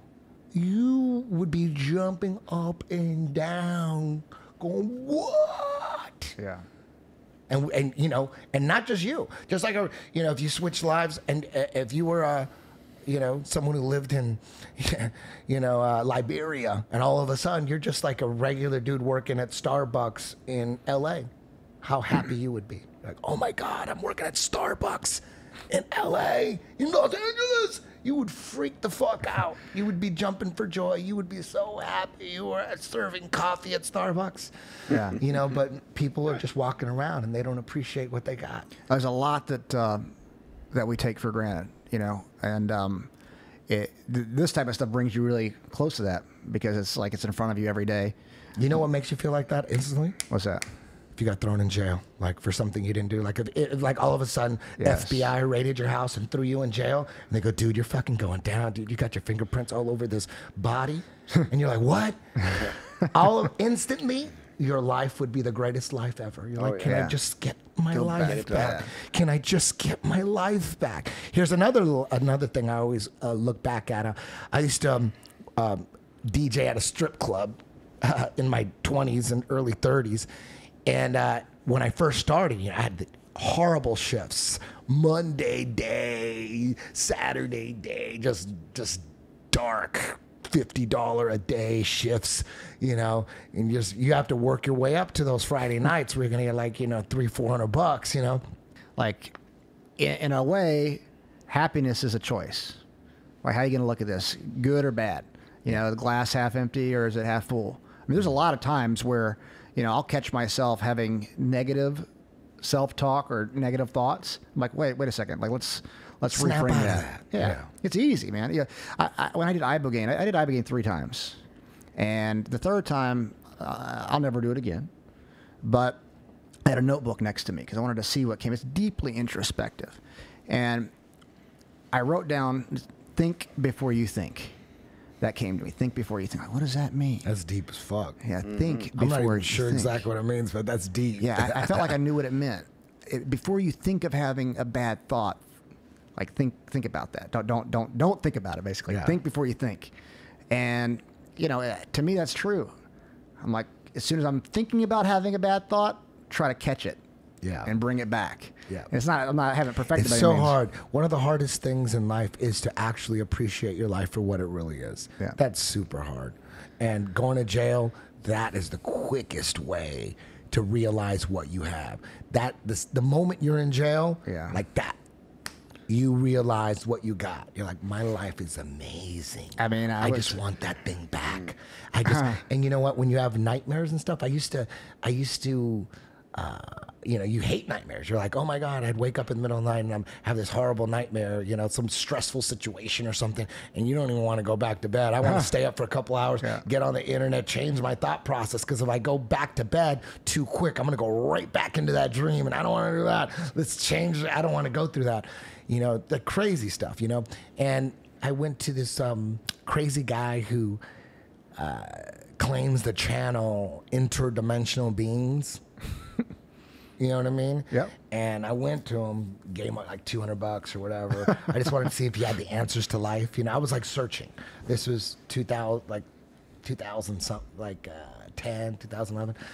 And I went to him and just to ask questions, just to test him. I go, this guy fraud. This guy's just faking this shit. Let me see. So I would ask him questions. I go, explain nightmares. What are nightmares about? He goes, nightmares are very important. Because how do you feel when you wake up from a nightmare? I said, I feel relief. He goes, yes. The first thing you feel when you wake up is your appreciation for your life. You know what I mean? Because when you're having a nightmare, like you feel like you don't have any money, you just got fired. You're like, what am I going to do? I have no money. I just got fired. And then I wake up, I'm like, shh, I got plenty of money. I'm fine. You know what I mean? So it's like, you need that. Because when you wake up, you appreciate your life so much when you wake up from nightmares. I'm like, oh my God, I never looked at it that way. So now, like I appreciate nightmares. It's always me losing my job, and I never can figure out that I make money teaching jiu-jitsu and I have a good job and I'm like financially secure. I never figure that out in my dreams. In my dreams, I'm like, I just got fired, and what am I going to do? How am I going to pay the rent? I don't even remember where my house is. Like, my wife's leaving me. Where are they? Where's my son? Where did he go? And I wake up, I'm like, oh my God, I'm fine. Yeah, everything's beautiful. Yeah. Appreciate your nightmares is what I'm trying to say. That's how it was with ibogaine. It's called the awakened dream. So you're awake while you're dreaming, basically, and your eyes are closed because you can't really. You can open your eyes, but it's really bright. But you close your eyes and you go into REM. So your eyes are fluttering while you're wide awake, and afterwards, like, man, it's great to be out of this. Thank you. Yeah, you can definitely appreciate life a lot more. Yeah. And it kind of takes you down those rabbit holes of dreaming while awake, being conscious of it, remembering some of those things. If you have like a notepad, you write the things like, oh wow, that's pretty interesting. But there's a profound amount of gratitude when you're done. Do you get, what kind of resistance do you get from, because obviously your approach to cancer treatment is unorthodox and out the box. Like, what kind of heat do you get from the establishment or big pharma and the conventional people? Do they come after you in any way? I think that conventional people that don't know us or don't really understand what we're doing might, but I think once they look at the science behind what we're doing, that changes minds. It's kind of like this. So let's think about the early days of Brazilian Jiu-Jitsu for you. or the early days of the rubber guard. I remember you showed me rubber guard in a hotel room. I went back and practiced it in Nashville. You and I were at a King of the Cage. And wait a minute. And also, didn't you were the first one? You may have been one of the first ones outside of California or Southern California that was a proponent of the rubber guard and believed it, because most people thought back then that it was garbage, it was trash. It's like, what is this rubber guard thing? And I remember I was so like proud of the fact that you were out there in Nashville, and you called me and you said, I'm showing this to Mike Pyle. Yep. Mike Pyle. Yeah, he Mike was Pyle your was student. yeah. And he did like a little rubber guard early in his career. And I remember you telling me that, and I was like, whoa, there's a guy in Nashville doing rubber guard. And I was like losing my mind over that. Yeah, shit. Mike Pyle was training. I showed it to him, and I was showing everybody. You know, I think that a lot of people get. It reminds me of kind of medicine where there's times where it's very closed-minded. You know, it's like not open to possibility. But when you open up to possibility and you see rubber guard and you're being honest with yourself and you've never seen something like that before, it just makes sense. I mean, you're able to break the person's posture. You can throw some strikes. They can't hit you. They can't hit you. And if they don't know what you're doing and you're good at it, most likely you're going to submit them because they've never seen it before. And it's evolved a ton since then. But I mean, even back then, I was Back like, then whoa. it was like meat hook. It was really simple. Like meat 4 hook things, I triangles. think. Yeah. And so we're in. It's like that. So we're in at the King of the Cage, and we're sitting at this bar having a couple drinks, and At a miniature golf it was a hotel with a miniature golf course in Palm Springs. Yes. It was Palm Springs. Yes. That's right. And Quincy Rice was there. He was a judo guy who was really into leg locks. Yeah, he was pretty good. And we were talking about rubber guard, and he was kind of dogging on it. And and Eddie is like, you were like, Ed knows rubber guard. You know, like, go ahead and try it. Let's see. And I was like, oh shit. You know, maybe I'm not that great at it. Yeah, we had been drinking. Yeah. We were on a golf course in the back of this hotel, and there was a miniature golf course Yes. with a bar. We were drinking. Quincy Rice was, he basically was talking shit on, because even Everybody. at that point, Brazilian Jiu-Jitsu was still blossoming. Yeah. And the American judo guys were saying, oh, it's just judo. You guys, you think you got some new style and all that, but it's in judo we've been doing all this, it's just judo. Meanwhile, the real judo players in Japan were going to Brazil to learn this new form of judo, which was Right. Brazilian Jiu-Jitsu. The Japanese had no problem going, oh, this is new, we got to learn this. But American judo players were like, it's judo, it's nothing different, it's nothing new. And then, and they were still struggling with just traditional, just regular Brazilian Jiu-Jitsu. So when rubber guard started peeking its head out, Quincy Rice was like, that's garbage. Yes. And then what happened? Yeah, so we go to the golf course, and I put him in. On the golf, we just decided yeah. to test it. Yes. I said, let Ed Clay put you in Mission control. Yeah, mission control, and then see if you could get out. Yes. And so, we're in that position, and he kind of spikes me on the course, and it kind of jolted open, and he pops up, and he starts throwing bombs at my head. And I'm like, that was unexpected. It's like throwing bombs. I cover up, he falls down to a heel hook, taps me out. I was like, man. Yeah. And Eddie's like, oh, hold on a second. I got this. Hold Come my on, beer. man. Come on, my beer. Come on, man. He's like, come on. And so I hold Eddie's beer, and he proceeds to destroy Quincy Rice. I mean, it was really bad. Then I got him in a go-go plata, and then he ended up like throwing up afterwards. Now, you tapped him like 3 or 4 times. Yeah. It was destruction. And then somehow you guys ended up in a fountain swimming. Yeah. And then he threw up. He threw up. He's like, he puked. Yeah. It was, in his defense, he was really drunk. You Sure. know what I mean?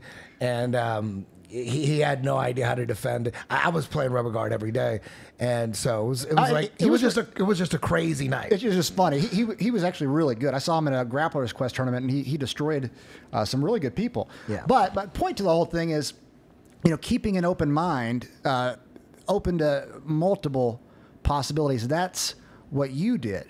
And when people are closed-minded, they're like, no, I don't need to learn this. Think about this.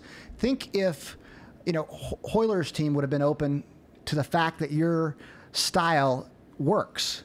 They completely said it doesn't. They dismissed you. So many people have dismissed you. You're probably the top American jiu-jitsu guy of all time now. No. That's how I consider it. Like, as far as what you've accomplished, I believe that. I mean, maybe there's guys that have competitively been better, but like, as far as what you've accomplished, you've changed an entire sport.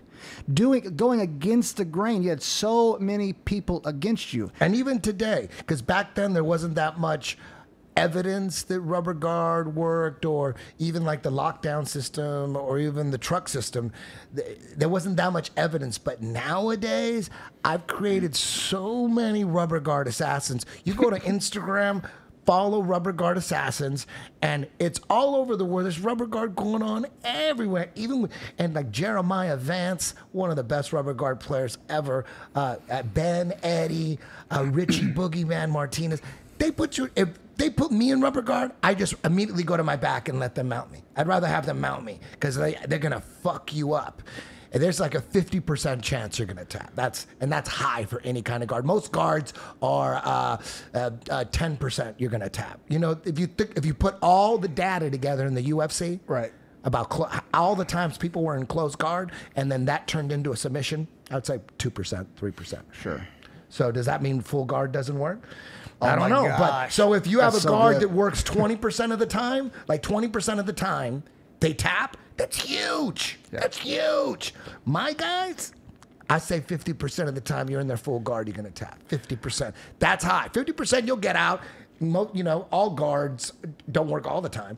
So, but even though now there's so much evidence, like, this Grace Gundrum just destroys girls with rubber guard all over the place.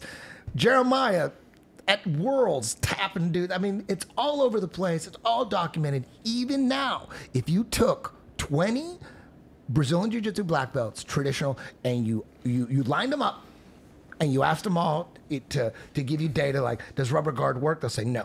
Does rubber guard work? No, it's trash. Even today. So, the experts, and I would consider, if you consider boxing a science, they call it sweet science, then jiu-jitsu is definitely a science. I mean, it's the scientific principles are all over the place in jiu-jitsu. Leverage, balance, base, weight. It's more chaos-based, centered, being centered. Yeah. It's all science, right? So you can consider a black belt being a scientist, or an expert scientist in the art of jiu-jitsu, and still 90%, maybe 95% of all Brazilian Jiu-Jitsu black belts will say rubber guard don't work. So there's a clear example of, just because the consensus is not science. That's right. Proof consensus is not science. Well, and being open to possibility, like what you're saying, like, is kind of how I look at where we are with cancer therapy. So the first chemotherapy was mustard gas. It was approved, I believe, in 1948. And they were using it for, I believe, lymphoma patients, seeing the white blood cells drop. And they thought that somehow, since the white blood cells were dropping, it was working for lymphoma, which is more of a blood cancer, that it would work in solid tumors. It was wrong. Chemotherapy does not work in stage 4 cancer for solid tumors. Well, when I say it doesn't work, you're not going to get a cure from it in solid tumors. So, but look at where we're at with where are we today? If you take out testicular cancer, lymphoma, and leukemia, 2 blood cancers and a testicle cancer. And I randomly chose 10 solid tumor cancers from the SEER U.S. government database and looked at the 5-year survival of stage 4. It was about 13.5% 5-year survival of stage 4 cancer, 10 random solid tumors. That's not that good. So I'm like, well, if it's 13.5%, what if we can get to 20%? What if we can get to 25 or 30%? We're double by the time we get to 30% where we're at right now. And then when can we get to 50%? So it's like these incremental things. What if having a powerful mind bumps you up 5%? What if getting on a good diet bumps you up 5%? Well, now that 13.5% is up to 23.5% just by mind and diet. So that to me is common sense. That's common sense. But it's the same approach, being open-minded as it was for you in jiu-jitsu. It's the same thing. Be open to possibility. As we were, like, and when I say we, humans were so closed off to possibility with cancer for so long. I mean, there's like major people that were the heads of FDA in the early 80s that were saying chemotherapy is the only thing that we're going to be using. That's crazy. Like, why? Why do you just want to use this poison? I mean, if it worked, I could see it. But in the 80s, the clinical trials that they would do, they would load people up with the chemo. And somehow they really thought it would work. It's easy now, 30 years later, to say how wrong that was. You know, then I'm sure they were just in that zone, you know. But you got to be open to possibility. The more scientists become open to possibility, the better chance we have of making real breakthroughs. And if they would understand they don't have to be right every single time with their singular idea, the idea that one singular treatment is going to work, I don't believe that's correct. I'm open to the possibility, by the way, but to me, it's not logical. It's going to be a combination of things. And, you know, when we start mixing them in and using logic, like, think about this. The FDA was formed, I believe it was 1952. Watson and Crick discovered the double helix in DNA in 1952, 1953, so 62, 53. There were no genetic tests back then when the FDA was formed. You know, now we have genetic testing, we have precision medicine, we have we have a logical way of predicting what will work and what won't work. It's not perfect. They're looking for perfection. That's the thing that drives me. They're looking for perfection. It's not perfect. I understand it's not perfect. You can't predict every single time, but what is perfect? Exactly. That's exactly how I feel about again, back to rubber guard. I preach this constantly. You can't just have a dangerous rubber guard, and you got to have a bunch of other games. You got to have a leg lock game too, because sometimes you just can't put a guy in full guard. He's so worried about your rubber guard. Now you got to go attack his legs and threaten his legs so much that he falls into guard. So you're using the leg locks to set up your rubber guard entries. Or you can't rubber guard everybody. Some guys out there just have insane posture. I got a couple students where their posture is just crazy. DBZ, man, you can't get him in rubber guard, so you need half guard with him. You got to sweep him. So I always preach, it's not just rubber guard. You got to have De La Hiva, reverse De La Hiva. We practice all that stuff. Deep half, X guard, lock down, leg locks. You got to have it all, and that all helps your rubber guard. And it's all going to work together, because some of my guys, they come up and they're just pure leg locks, or they're pure rubber guard. I'm like, if you're pure leg locks or pure rubber guard, you're gonna hit a brick wall. You got to have multiple styles that work off each other, and when one fails, you have entries to the next one. You can't, like, for me, the styles I choose obviously are the lockdown game and rubber guard game. And I'll threaten leg locks. I'll go after leg locks just to set up a lockdown. Throw leg locks at them, boom. They're stopping the leg locks right into my lockdown, boom. Or they stop leg locks right into full guard, boom. And I'm huge on top game and passing and mounting.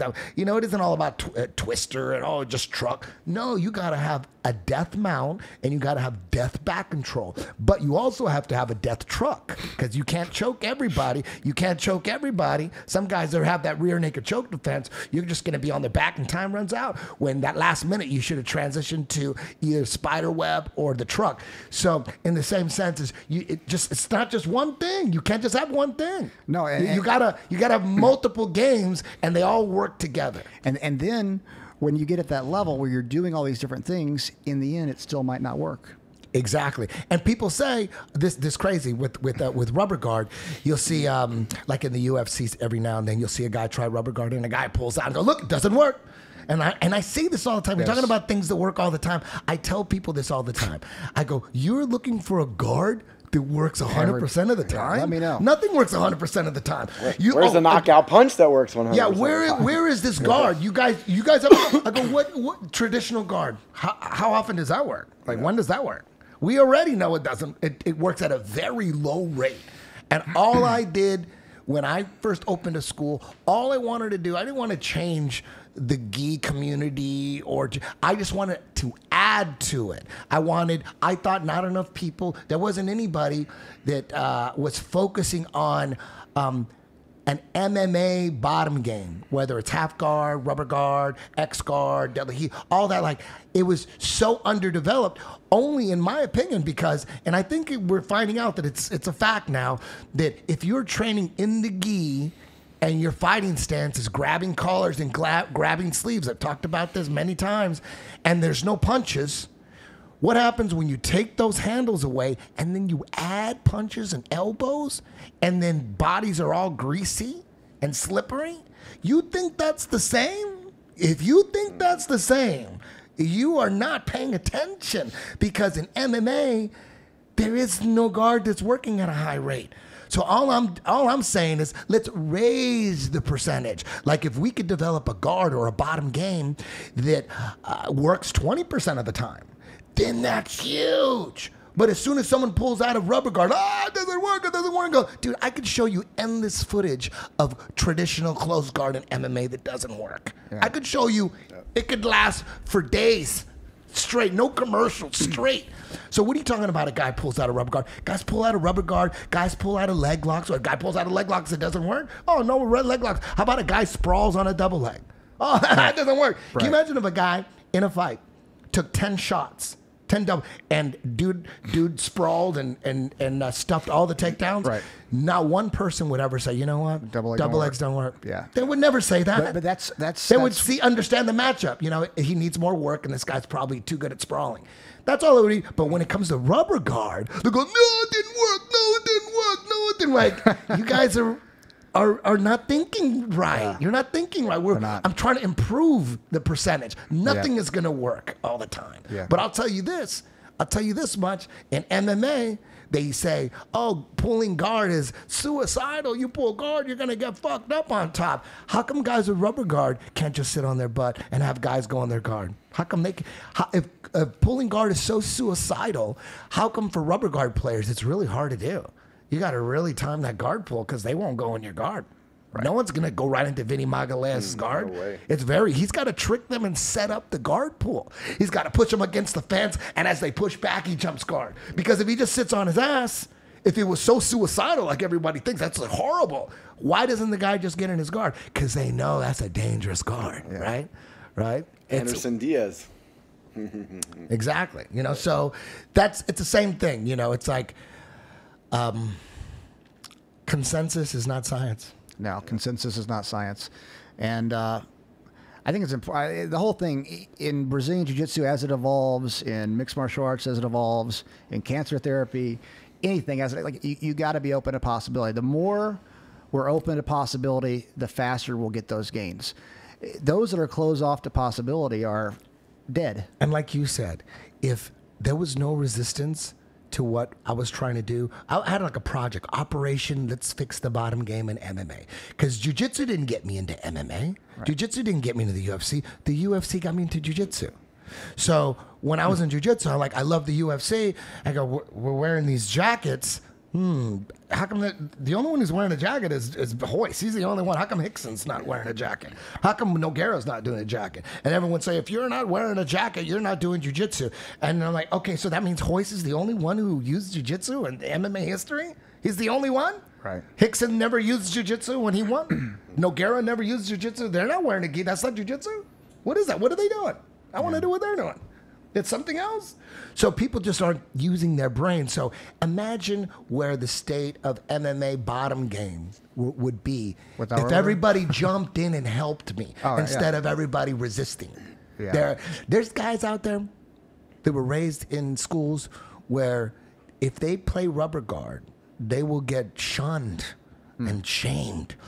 So that's why there's a lot of guys out there that want to play, but they won't play. You know why? Because as soon as they shoot fire that mission control, it validates me and it makes me somehow look good, like I was right. So they won't do that. They won't even play rubber guard. They're so like Jermaine Der Andre. I forget her name. The girl that just fought Amanda Nunes.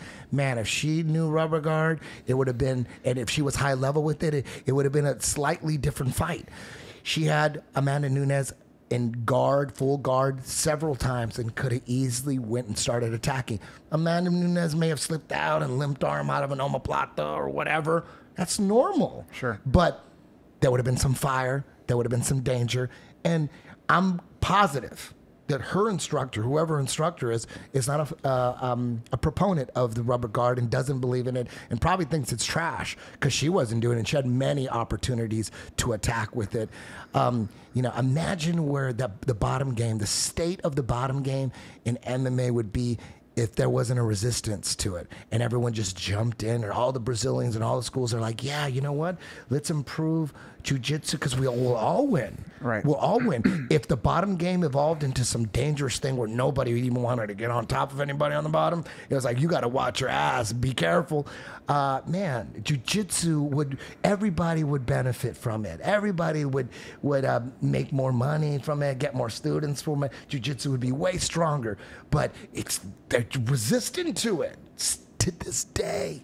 I mean, I was actually going to ask you, like, the whole, from when we started jiu-jitsu, you just said, like, UFC got me into jiu-jitsu. Jiu-jitsu tournaments, especially no-gi tournaments, were like the pre-Vale Tudo, pre-MMA. You went and, got your chops in a jiu-jitsu tournament. But now it feels like jiu-jitsu has come so far away from even wanting to be a martial art, wanting to be a fight science. Yeah. Like you were talking about. It's like, it's a, don't get me wrong, gi jiu-jitsu, it's a beautiful thing. It's like chess. You know what I mean? It really is. It's a prestigious, beautiful, technical, maybe not entertaining for people that don't do jiu-jitsu. They probably don't get it and the points and all that and so complicated. But for people, it's a niche thing. And it's like chess, exactly. Like you can't have chess on network television. You can't have chess on pay-per-view. You know what I mean? It's still a beautiful thing and still a prestigious thing. Chess, you can never talk shit on chess, but you just can't put it on pay-per-view. You know what I mean? So that's the way I look at gi jiu-jitsu. It's a beautiful thing for people that train jiu-jitsu. I respect the hell out of it. But what I'm trying to do is something different. I'm trying to add to the world of jiu-jitsu, and I've been doing this since day one, trying to improve jiu-jitsu in the cage and self-defense, trying to continue to develop bottom game when there's strikes coming, and that's why combat jiu-jitsu was born, so that we could just collect data on what jiu-jitsu positions are the best and most important when strikes are added. That's what combat jiu-jitsu is about, because we really don't have that much data, as much data as we should in MMA these days anymore, because most fights end up just being kickboxing. They're not even on the ground that much anymore. Sometimes they're on the ground for 30 seconds, and then there's still stand-ups, and there's some rounds. There's a lot of rounds, like a large percentage of rounds where there's zero groundwork. So, and with all the stand-ups, you don't really need to get that deep into jiu-jitsu to rise in the ranks in the UFC. Striking is the most important thing in the wrestling. There's a lot of guys out there with super basic vanilla jiu-jitsu, and that's great, and they're like champions, and they don't really even need that much jiu-jitsu, because most of UFC fights are on the feet these days because of the rules and the format and all that. So that's why I feel combat jiu-jitsu is really important, because we don't have, like in UFC, they have stand-ups. In combat jiu-jitsu, we have get-downs. You're only allowed 1 minute on your feet, and we get you down. We want data. We want what are the best, and we're seeing it. We're seeing it. The most. Here's a one gigantic hole in jiu-jitsu in regards to jiu-jitsu for like street purposes, like practical purposes, which are like MMA as well, because MMA is the closest you can get to a real fight in any sport. You can't get closer to a real fight than MMA. That's not a real fight, but it's as close as you can get. Combat jiu-jitsu is jiu-jitsu where strikes are legal on the ground, pump strikes are legal on the ground. And we find out real quick that the most popular, most common guard position in jiu-jitsu history, where there's no strikes, just pure jiu-jitsu, whether it's gi or no gi, the most popular position is just basic Z guard. You got your shield up, protecting your neck. Everyone just puts the shield up. It's like a shield, and you got your sword. It's like you're a warrior, and you put that shield, that Z, to keep them away from your neck. Right, that's the main thing. But in MMA, that is the most dangerous position on the bottom. You can get punched and hit, and we're seeing that in combat jiu-jitsu. You can't just throw a Z guard, and if that's what you do, because most of your jiu-jitsu time, or all of your jiu-jitsu time, is spent training jiu-jitsu without strikes, you're just going to naturally go to Z. That's going to be your start. Don't let him pass the guard. Put Z guard. Put your shield up. Don't let him pass. Wait for the right time to set up your sweep or your attack, whatever it is. But you can't do that when there's strikes. So all of a sudden, your whole game changes. And when there's strikes, you got to get rid of that shield and get in deep close, tight and clinch so they can't punch you, or kick them away. Kick them away or get in tight. That in-between Z guard, which is, again, the most popular, common guard position ever in the history of jiu-jitsu, is the most dangerous position when strikes are added. So that's one of the things that we learned right away in combat jiu-jitsu. Is like, you can't really play that guard. You gotta, so if reality, practicality is important to you, self-defense, if that's important to you, then you gotta really think about that and address that situation. And that's what we're doing with 10th Planet, addressing that. That's not gonna help you. That's gonna, if that's your go-to, like you just sit back and you put a shield up, in reality, you're gonna, in a street fight, if you end up on your back and you just go to shield, that guy who played football, he never even did martial arts, he's gonna be throwing bombs on you. In Z guard. He don't know he's in a Z guard. He just knows that your face is right there and he's gonna punch you. And you're gonna get, trust me, you're gonna get in there and you're gonna clinch. So my philosophy is, when you're training jiu-jitsu, have that in mind. So you gotta get good at the clinching style. Clinching, moving in the clinch. So as long as you got a clinch and you got paths from the clinching and moving in the clinch, if there was punches or strikes, you know, even though there's not, but if there was, you're already playing the right game. You're playing the same game. You're not going to play a different game. You're playing one game. Like if there was strike, we already know that. We know the data. We see the data. So get in there and clinch, and just know that if you're playing Z, I'll play Z every now and then when I'm just rolling jiu-jitsu. But I know that this is, I got to get out of here. We got to make a move, because you can't just stay here, because you get fucked up. It's like you're searching for real answers. You know, one of the things Michael said is, it's not that we can't figure out the solutions to the problems, is that we're asking the wrong questions. What questions should we be asking? Yes. You know, and that you ask the honest questions in jiu-jitsu. You're like, what is it? What the point of guard is to do what? You know, in MMA, if you're on your back in a fight, what's really the best thing? What's holding us back? And it's asking the right questions. I mean, I think that we go through life a lot of times looking for solutions for the wrong questions, and we get kind of stuck in this hole. Like, oh, we got to ask this question. This is the question that we're trying to solve. Think about how many times we're solving the wrong question, and so you ask the right questions, and you're finding solutions. Yeah, and you know, when it comes to cancer, correct me if I'm wrong. I mean, the similarities again between jiu-jitsu, fighting, and cancer, there's so many parallels. It's incredible, really. Is this correct or incorrect? Where maybe like the conventional approach to treating cancer would be, gotta have chemo. Chemo's the base. You gotta have chemo. Then you could add, you know, a little bit of the alternative stuff. But you know, you're not gonna beat cancer unless you have the chemo, right? Are there people that say that? Or is that a thing that exists? Like chemo first, traditional first. Yeah, and right, it is. Right? Yes. So in jiu-jitsu, it's kind of the same thing. Because when I first came out, I was saying, train in the gi all you want, but you don't need the gi if you don't want it. We started training no gi right away from day one. We never had a gi, and the resistance right away. And it's more than just rubber guard. And it's more than that debate. It was a gi, no gi debate. So the traditional jiu-jitsu world would say, in order to get no gi, good at no gi, you have to train with the gi, Yep. which you have to train with the jacket in order to get good at no gi. Right? And they would just say, look at all the Abu Dhabi champions, the no gi champions. They all come from the gi. That's all we need to know.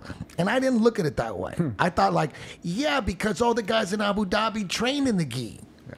And we haven't had time to compare you know, a lifetime of no gi versus a lifetime of gi, then you let them go. It's going to take time to really see the truth. But at that point, early 2000s, they're like, look at what's going on. Everybody in Abu Dhabi, all the champions, they all come from the gi. If you want to get good in no gi, you have to train in the gi. So it was like imperative that there's no way you get the gi.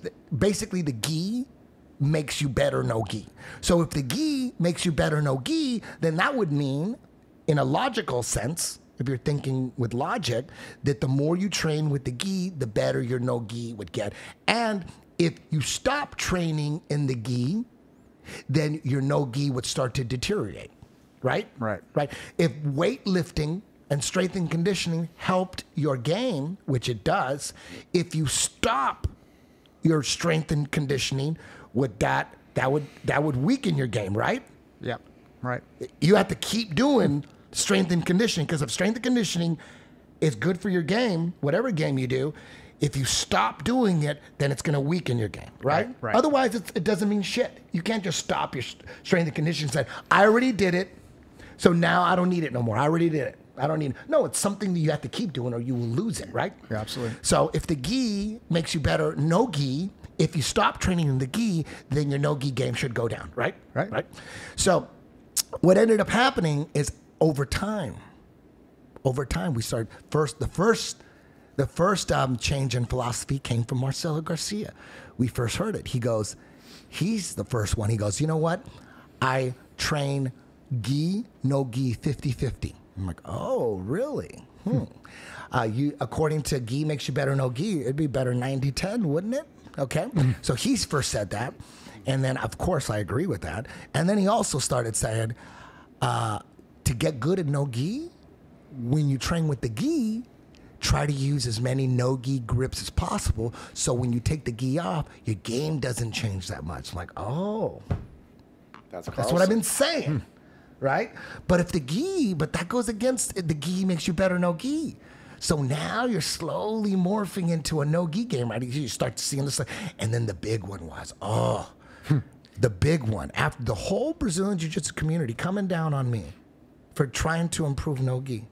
And I'm not talking shit on the gi. I'm just saying, dude, if your fighting stance is that collar in the sleeve and every technique, if you teach every technique and you say grab this and grab that, that's important right there. You're grabbing this and grabbing that. That's part of the steps. And start step 2, step 3, step 4, and then all of a sudden there's no gi. Where's your steps at? Where it's not the same. It's totally different. But they kept saying it was the same. And then the big one hit.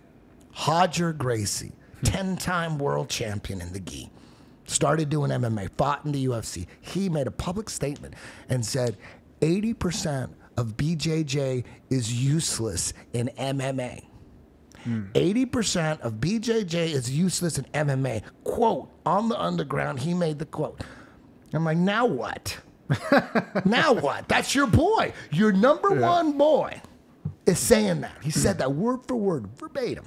Yeah. And then the next hit, Rickson Gracie. Oh. He didn't say 80-20. He said 70-30. Oh. He said 70% of Brazilian Jiu-Jitsu doesn't work in real fights. That's what he said. And these are the ultimate meat and potatoes, basic. They're not berimboloing people. Yeah. They're not doing any of these fancy, Although I do like berimbolos, there's room for that. But now it's like, now what? Now what are you gonna say? Now what? But they, you know what they did? They still held on. They ignored that. They ignored who was saying it. Roger and Rickson. They ignored it. The Brazilian Jiu-Jitsu community, because it was validating what I was saying. And the last thing, the people running the Brazilian Jiu-Jitsu community at the top, the last thing they want is for me to be right. And they ended up being wrong. And then so they kept saying, who's winning Abu Dhabi? Who's winning Abu Dhabi? It's the gi guys. That's all you need to know. Who's winning Abu Dhabi? Now, what's up with Abu Dhabi? Look, who were the biggest stars in the 2019 Abu Dhabi? Gordon Ryan, Gary Tonin, Lachlan Giles, my guy John Thor Blank. He got to the Final Four. Elvira Carpenter. She trains in the gi too, but she trains mostly no gi. Craig Jones. Those guys don't train in the gi. Right. And they started in the gi, and they every now and then they train in the gi. But remember, if the gi makes your no-gi game better, if you train in the gi just a little bit, or you stop training in the gi, your game should be going down, right? When have you seen Gordon ride with a gi? Is there like 2 pictures of him with a gi on? Maybe he competed as a purple belt with the gi. You know what I mean? John Thor Blank, he's never put a gi on. Gio Martinez went to 3 Abu Dhabis. First year in 2015 he got to the Final 4. He doesn't put the gi on ever. Maybe twice he put on a gi. And he was that first day of Abu Dhabi 2015, Gio was the fighter of the tournament so far. He never trained in a gi. He's in there. You know what I mean? I have, my guys never put on a gi at headquarters. We got gi guys coming through, and they should be like wrecking my guys when they come through, because we never have it. They should just come in and just decimate all. They should just like destroy everybody. But the opposite happens. Right. Guys come into my gym, the opposite happens. What's going on with ADCC? Think about Gary Tonin. When have you ever seen Gary Tonin with a gi on? You know, what was that? He has in the past. No, he has. Last Like one I can remember was the Kumite. Yeah, but again, if the gi makes your no-gi game better and you stop training in the gi, he basically stopped. Oh, I know. It should fuck your game up according to that logic. They're just. You're talking about ego? You talking about ego? Oh, yes, that's it. That's what's going on. Yeah, no, it's ego. Ego destroys.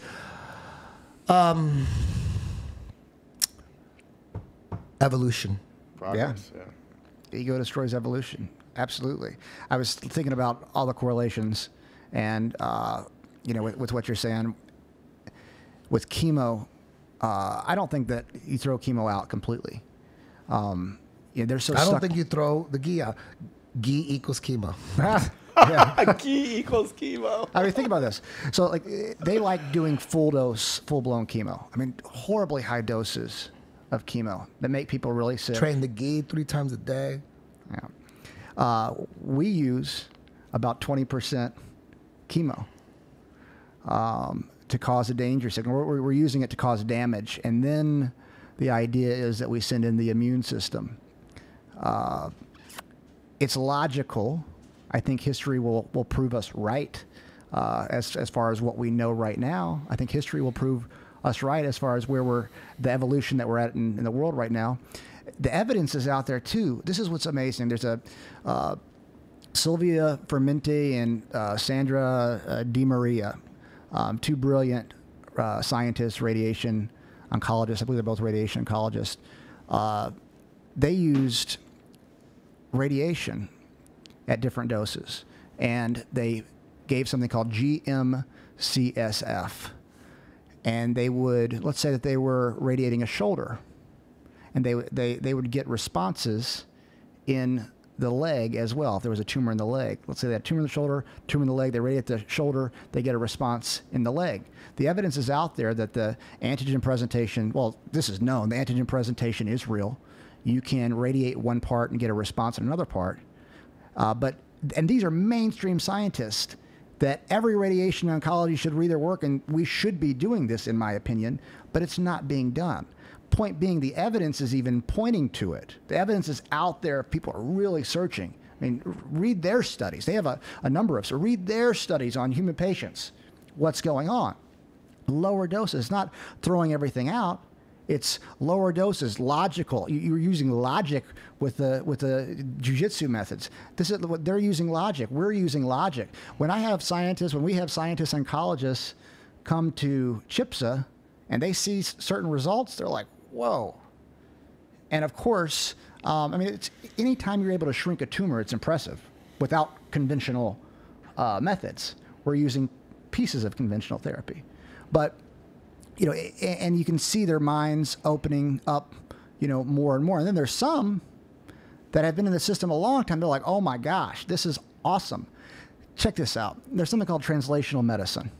So back in the 1950s and before, it was translational medicine. Doctors were scientists. Scientists, they would see a result and they would go and they would put it into their practice. And then as time has gone by, translational medicine has gotten farther and farther apart. Like the bench to bedside approach it's not really that way anymore. Dr. Francisco Marancola, who's our chief medical officer for United Cancer Centers, he's also the editor-in-chief and founder of the Journal of Translational Medicine. He's trying to bring it back to where the medical doctor, the clinician, can be a scientist as well, and they can really have flexibility and use common sense. Like, common sense is almost out of the is very much out in many ways when it comes to what I've seen, at least. But using these logical approaches, I saw this happen. Let me go make this adjustment. Oh, this doesn't really make. There's so much that doesn't make sense to us. Looking at it like, we're not doctors or scientists, so we're looking at this thing like totally different. Totally like you're different. looking for results. Yes. When a scientist is hoping that his theory, he's like pushing for his ideas to be right. You're thinking about, okay, I'm just looking for whatever's right. I'm like, your ego is not involved. Not at all. Because you're like, whatever's right is good. Yeah, I'm looking for the right stuff. Yes. When each individual scientist is probably just hoping that their theory pans out, and they're like maybe jiving some of the data just so that they can be this guy who discovered this new technique. Yeah, in general, that's how a lot of it is. I'm not saying necessarily that they all mess with their data, but in general, they want to be, a lot of them want to be right. And, and the good ones are really open-minded. Dr. Marancola, Dr. Liebman, Vijay Mahant, Dr. Mahant, they're so open-minded. It's so cool to talk to them. And I'll ask them. I was interviewing Dr. Liebman, and this guy, he's got a PhD in theoretical chemistry and protein crystallography, like crazy stuff. He's head of the translational medicine department of the Pharma Foundation. And I'm asking about GMOs. Like I just on the podcast, like, hey, what do you think about this? And a very logical answer. He's like, I think we're asking the wrong questions. Which foods should we use GMO with and which should we not? Because GMOs have helped impoverished people in different countries. And for certain foods, it might be the only way you can get to them. But for a lot of the foods that we have, we might not need it. He's like, he tries to eat organic as much as possible. That's a logical, reasonable approach. But a lot of times it's like one side or the other. It's like, oh, we can't have, it's like ghee or no ghee. No, there could be a little mix. And maybe if you're going to do ghee, you need to train with the ghee. If you're going to do no ghee, you need to do mostly no ghee. Exactly. That's logical. But, people want to be right on their path. And it's a very linear path. This is the way it has to be done. It has to be done this way. Any other way is wrong. In Brazilian Jiu-Jitsu, you're a creanche. In science, you're a quack. That's what, but we know that's BS, man. We know that. Your jiu-jitsu is not bad, and you're not a creanche because you're doing what you do, and we're not quacks and bad because we're trying to find a better solution. We're trying to find we are truly going at this trying to find solutions to a very complex problem. And we do not have the answers. We do not know of a cure, but we're open to every possibility and idea. And it's so much like Brazilian Jiu-Jitsu and mixed martial arts. Like the correlations, it's amazing. But that's the approach. So it's beautiful, man. Yeah. Scotch, anything else we want to hit on here? The only thing I never got to hear was the Nashville fight. Ooh. The Nashville fight story. How do we roll that? That's a tough one. Does it fit with this podcast? No, maybe not.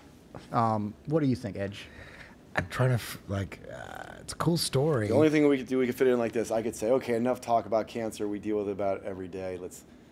We could tell another couple. When was the first time you knew jiu-jitsu really worked?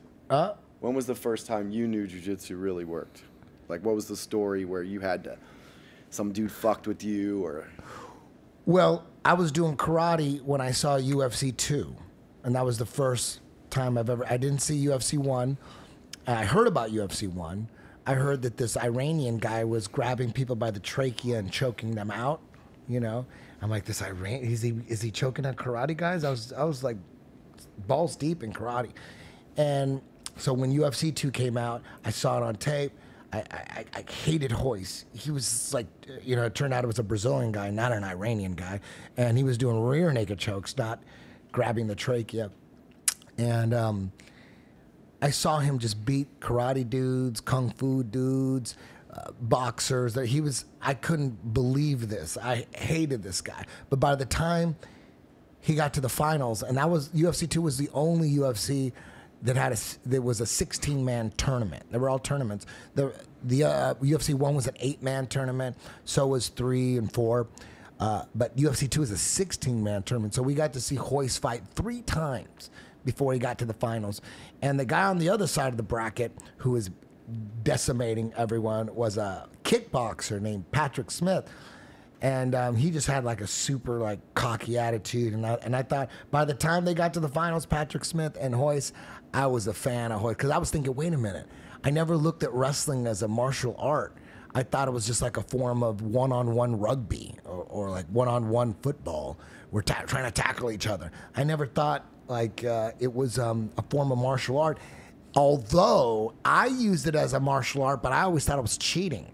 Because I was a big pussy growing up, but I wrestled, and I'm like, dude, I don't want to fucking throw fists with anybody. I'll get knocked out, but I'll just do a double leg. My fights, I would double leg dudes. My secret was double leg them, and then like I would hold them in side control and punch their stomach. You know what I mean? And then then people would pull us off. I had a couple fights where I double leg dudes and took them down, and I thought I was cheating. I really did. I'm like, I'm a pussy, so I just wrestle this dude. And then I saw Royce. I'm like, so it's not being a pussy? You could just take dudes down and fight them? I'm like, I wonder if this is prehistoric wrestling or super advanced wrestling. I'm like, because he didn't fight a wrestler in UFC 2. So it was like, I wonder if this will work on a wrestler. Is it prehistoric wrestling or is it advanced wrestling? So, and by the time he got to the finals, he beat Patrick Smith, and I was like, you know what? I'm gonna find a jiu-jitsu school. And there was a jiu-jitsu school in the Valley, but it was a ninjutsu school, but it said jiu-jitsu, but it was like jiu-jitsu. You know, there's different spellings of it. Yeah. And I didn't really even notice it. I just saw jiu-jitsu, and I showed up, and it was like a ninjutsu school. They had black keys, and they really never even got on the ground. And I asked the instructor, I'm like, how come you guys aren't on the ground? He goes, oh, you're thinking about that Gracie jiu-jitsu stuff. I'm like, really? He goes, yeah, they're cousins, the Machados. They teach here in the Valley. I'm like, he goes, you want me to give you their number? And I'm like, no, I don't need their number. I don't need their. But in my head, I was like, Machado. So I looked it up, but they were under Carlos Gracie Jiu-Jitsu. So I was like, I was in the yellow pages, looking for Machado. I'm like, is it M-I-T-C-H? Like Mitch Chado or Machado, M-U-M-A, couldn't find it. But then I found Carlos Gracie Jiu-Jitsu. I'm like, oh man, they're right here in Encino. So they opened up briefly as Carlos Gracie Jiu-Jitsu, and then Horion started suing everybody for using the Gracie name. So then they ended up just using RCJ Machado. And I showed up, and I like, let's see if they can handle a wrestler. Got tapped out. I say 37 times because I don't really know how many times, but it seemed like somewhere around 37 times. A purple belt named Dave Meyer just wrecked me. Dave Meyer just put it on me. He was a purple belt at that time and just killed me. I'm like, and right there, most people run from that because they feel like they're exposed in this room and everyone thinks they're a pussy. And since I already thought of myself as a pussy, I didn't really care what these guys thought about me. I just knew that, damn, I could learn this because I wrestle, and I'm like, it's just going to be practice. This guy's not like an alien. He doesn't have like magical powers. To me, I'm like, I'm going to learn this and be able to do this to people that fuck with me at clubs. Oh yeah, I'm down. So that's how I got obsessed, because I didn't think of myself as a tough guy to begin with. If I thought I was all tough and I went in there, I probably would have ran and said, I'll never come back to this place ever again and be exposed. All these guys probably think I'm a big fucking pussy. I never thought that. I'm like, oh shit, okay. Because my first goal was just to be able to do to a guy walking in on his first day what was done to me. That was all, because I knew 99.99999% of the population was that dude coming in on his first day. So my goal was to run a clinic on a dude's first day. That was my first goal. And then when I was able to do that, like in a year, then I'm like, okay, let me try to run clinics on guys that have been trying to train in 6 months or 2 months. And then, okay, white belts, I was able to run clinics on them after a couple of years. I go, now let me try to tap out, run clinics on blue belts. That's my next goal. And then it just goes on and on and on. And then the goal is to, beat the experts at killing experts that kill experts. Right. At killing experts, you know. Normal people, that's like, that's Did boring. you ever have Normal like that people street are boring. fight moment when you were like, oh, like this shit works? Like, I never, was just in the really, I never put a guy. I never get in fights. I mean, I've been in. You know, I was in a riot once and held a guy in full guard and just held him, but I never really used jujitsu on him. The one time, and I avoid fights. I'm a big pussy. I'm not trying to fight anybody, but I will. You know, I have enough Machado confidence. you guys ever have the guys come in? Like, I trained at House, right? So we had Gracie Challenge. Any given Tuesday, some dude's gonna walk in off the street. I did have this one. There was this one time where I was a purple belt, and I lived in this like there was a big front house, and there was a guest house in the back, and I lived in the guest house in the back. And in the front house, it was like a party house, a bunch of dudes hanging out in the front yard, and there was a weed dealer. What was his name? I don't think we need to know. This is Jason. Let's just call him Jason.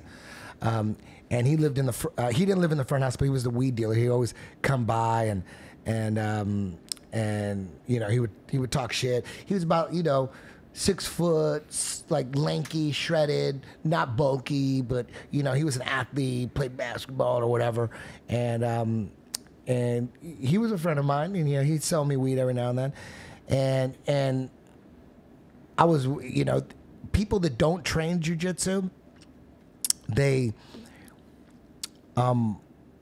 if they're hanging out with someone who trains jiu-jitsu, that's always on their mind for some reason. It's never on a jiu-jitsu player's mind, like they could, we're never sizing people up, really. We're not thinking about fighting. We're just doing jiu-jitsu, and every now and then, you might, if someone's acting up, you might think like, okay, I might have to choke this guy out, but we're not looking for fights ever.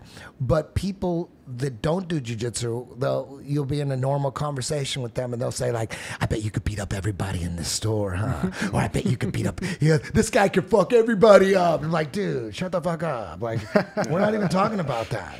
And you go, dude, I bet you could fuck, what are you gonna do, just like choke me out or something like that? I'm like, dude, this is getting annoying. You know what I mean? It's getting annoying. That's why the musicians that I would work with, because I produce music and I produce like hip hop, and at first I was working with like rappers that didn't do jujitsu, and they were always, like in the middle of the session, they were like, dude, oh, what are you gonna do? Like choke me out? Are you gonna choke me out? You probably gonna fuck everybody up, right? This guy fuck everybody. I'm like, oh man, and I thought like, wouldn't it be great working with rappers that did jujitsu? So that's what I started doing. Then like Campella and Al, they're my students. So then we never talk about that shit. Mm-hmm. Don't make it all uncomfortable with that. Right. Like you're constantly reminding me that you're insecure around me. Like they look at you like you're some killer and you want to kill everybody. I'm like, no, dude, that's the last thing on my mind, killing you, And so this guy, Jake was his name, Jake the Snake. I was close with Jason. But Jake would always, and all the guys in the front house, and the more I did jujitsu and the more I tried to convince these guys to do jujitsu, the more they didn't want to, because they knew I was just getting better and better, and they didn't want to get exposed. They didn't want me to beat them in jujitsu, so my friends never go. So none of my friends, I couldn't get any of my friends to do jujitsu because they didn't want me to beat them in jujitsu. So then over time, you just become friends with the people at the jujitsu school. So all your friends become guys that do jujitsu. Just little by little, you just like dudes that don't jujitsu, you don't really hang out with them too much. All my friends do jujitsu, all of them. I don't like at least a little bit. They trained a little bit before, and so Jake was always like, you think he was like, I got in a bunch of street fights. You think that shit's gonna work on me? And then he would joke around like, you think you take me down? Whatever. But shit, how many fights you been in? You think that work on a real fight? Fights, you can't even strike, And he would always say little stupid remarks like that. And then one day, Saturday day, I just got back from jiu-jitsu. I just went through some wars. I get home. I'm right in my front door, and Jake opens the side door. He goes, hey, you think you can take me down? You think you can take me down? You can't take me down. You think you can work with it? And I'm like, right there, I just snapped. I put my bag down. I go, let's go in the front yard. We went in the front yard, and I said, you want to do this? Like, you want to test yourself with me? Like, I was just like not in a good mood. I didn't want to hear his yapping anymore. I go, let's do this. He goes, all right. So you think you take me down? Come on. You think we're on the front grass? I go, you want there to be punches or not? He goes, no. He goes, because if you want there to be punches, we could do a full fight right now. We could do UFC style right now. He goes, no. Just see if you can take me down. Just see if you can take me. You can't. What are you gonna do? You can choke me out? You can't choke me out. So then, and my takedowns suck. Even though I wrestled, I had horrible takedowns. Took his ass down, and I wasn't an arm triangle guy at this time. I never was, but I knew how to do it, but it wasn't my go-to. And at purple belt, it wasn't until then, because I just take him down, mount him so easily. I had no idea. Mount him. And as he turned, I put him right in the arm triangle. And he freaked out. He tapped, and he gets up. And just like all them Gracie in action fights, they never think, they go, one more time, let's do it again. I'm like, okay, let's do it again. Same exact scenario. Took him down. He turned the exact same way right into an arm triangle. And I'm not even that good at him. Tapped him again. He's freaking out. It's like, okay, one more time. I go, here we go again. The exact same thing. 3 arm triangles in a row. He couldn't fucking believe it. He was like, just shocked. And then I said, that's it? You want to do it again? Go, no, it's okay. So I went back to my house, and then he comes knocking on my door, opens the door, and he said, that was fucking pretty good, man. That was good. That was good. I go, but there wasn't any punches, so don't, And I go, dude, we could do this with punches right now. Yeah. We could do this with punches right now. I was going to ask, you didn't hit him just once, No, you're a bad motherfucker. I respect you, you're a bad motherfucker. But there wasn't any punches, but you're a bad motherfucker. I'm like, dude. And he just kept going, dude, I can't believe, he just going on and on and on, how he couldn't believe it. He's like, fuck, that's crazy. I couldn't do shit. How the fuck you do that? Fuck. He was just, and from that point on, I realized how important arm triangles were. Mm-hmm. And then I got balls. Arm triangles were one of my go-tos. Even though I've never done it in competition, that's the most common thing that I do. And I mount, I underjack, and I arm triangle. That's one of the most common things I do. And it was because of that day I realized, like, man, that's important, because they're going to turn right into it. Boom. And it's right there, the arm. And the great thing about the arm triangle, if there was only one move that you were allowed to do, and you had to pick one move, and that's all you were allowed to do, I think the most important move in MMA is, or even in grappling, is the arm triangle. I think because you don't need to get the back. Rear naked choke, that's the granddaddy of them all. But you got to get their back first for a rear naked choke. You know what I mean? Some guys, you just can't get their back. You could set up an arm triangle from the bottom. You could set it up from half guard. I get them from half guard all the time, from the bottom or top. Top half, I don't even need to pass your guard, and I could get you with it. And I set you up, and then I'll pass your guard later and mount you. Never needed to get your back. So that's why I think I think it's probably nowadays the most popular finish in MMA. You see arm triangles all the time in the UFC. You don't need to get that back. High level guys, good luck trying to get their back, but you could arm triangle, especially when you add punches. They just it opens right up. So. And here's another thing too, real quick with Eric's story. He loved to he loved to use his jiu-jitsu, and he told me this one story where, dude, he was like driving, and there was a road rager, and he road raged and goes, "You want to get the fuck out?" They're on the side of the fucking road. They go, "Fuck you!" They pulled over, boom. They both get out, and they fucking start brawling. And dude, it took them. Dude, they were brawling, and they were fucking. This guy knew how to fight. This guy knew jiu-jitsu. And then Eric goes, "Dude, you train or what?" He goes, "Yeah." He goes, "Where do you train?" Eric goes, "I train at Hickson. Where do you train?" "I train with Kaiki or some shit." And he goes, "Really? Fuck." And they're like in the guard, stalemate, and they just got up, and they just went their separate ways, and they left. Hey, but once they both knew they were jiu-jitsu guys, they're like, "Okay, yeah, no problem, no problem." Because this is not going as planned. Because you know jiu-jitsu. He goes, "Yeah. Where do you train?" "Shit, how long you been training?" "What belts are you?" "Okay, cool. You ever compete?" "Yeah." They're like, they're all buddies, and they just. "Who's your sponsor?" I grew up fighting, so it was kind of like I was kind of used to it by the time I was in. Really, give me your greatest fight story. Greatest fight story. That one when Ari Shafir was with you. Okay. Yes, we were in Nashville. I was with a girl named AJ. You fought MMA 3 times, right? Yeah, I fought MMA 3 times. Opponents weren't that great, but yeah, fought MMA 3 times. Got your black belt from Lloyd. I got my black belt from Lloyd. I actually started. I was one match away from being All-American wrestling. Started boxing when I was 13. My dad and uncle were boxers as well. Okay. So I kind of grew up in a fighting family per se. And best fight story is, I was with my girlfriend AJ. We actually went to one of Joe's comedy shows in Nashville. Ari Shafir was opening for him, and we went out afterwards. And so we went to Dan McGinnis, which was a restaurant that I was a partner in, and had a few drinks there and left and went down to this place called Tin Roof. And I'm standing on this booth, and AJ is on the ground dancing in front of me. And this girl taps AJ on the shoulder. She's like deeper in the booth. It's really like, let's say a 10-foot booth, very deep. She like scoots over to tap AJ on the shoulder and say, hey, get your boyfriend's ass out of my face. And she's like, his ass isn't in your face. Then she taps me and says, get your ass out of my face. And I said, my ass is in your face. And granted, it's a very crowded bar.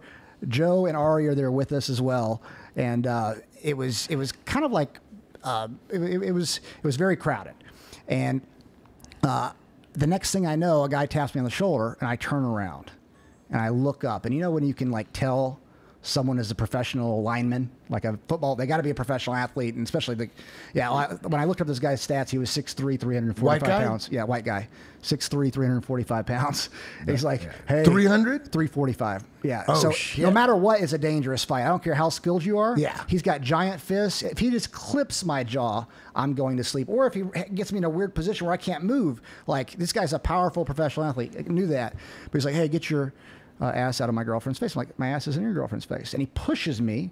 He and I are both standing on this booth now. He pushes me off of the booth. And he's already way taller than me by 5 inches.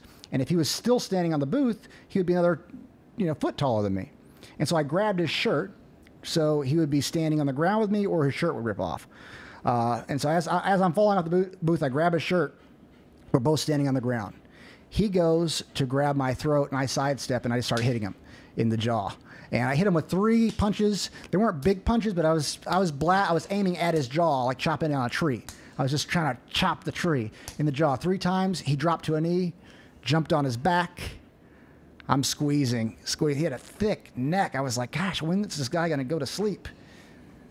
Finally goes to sleep. I'm holding at it because I wanted to get out of the bar. And I wanted him to stay asleep for a while. 1001. I was holding it for 7 seconds. Just counting in my head. Ari Shafir taps me on the shoulder. Ed, he's asleep. I was like, I know. I want him to sleep for a while. Let him go. Take off running off the bar. Got away scot-free. Rear naked choke. On a 345. And then how did you find out? Like later you looked him up? Oh, yeah. You found out who he was? Later I looked him up, yep. And, it was one of those things that fight specifically could have gone bad for me because of his size. Yeah. But you got to rely on your technique. One of the things that I think is great about like old school jiu-jitsu is, was the philosophy of relying on your technique. My third mixed martial arts fight, I basically came out of the crowd and fought somebody because a guy got hurt backstage. And the guy wasn't very good that I fought. I wanted to show off, so I shot a double leg, picked him up, slammed him, passed the guard, go to mount, just start blasting, take his back, blasting, trying to choke him. A minute and a half in, I'd punched myself out. Gas. I'm like, oh my God, I can't move my arms. Like, this is horrible.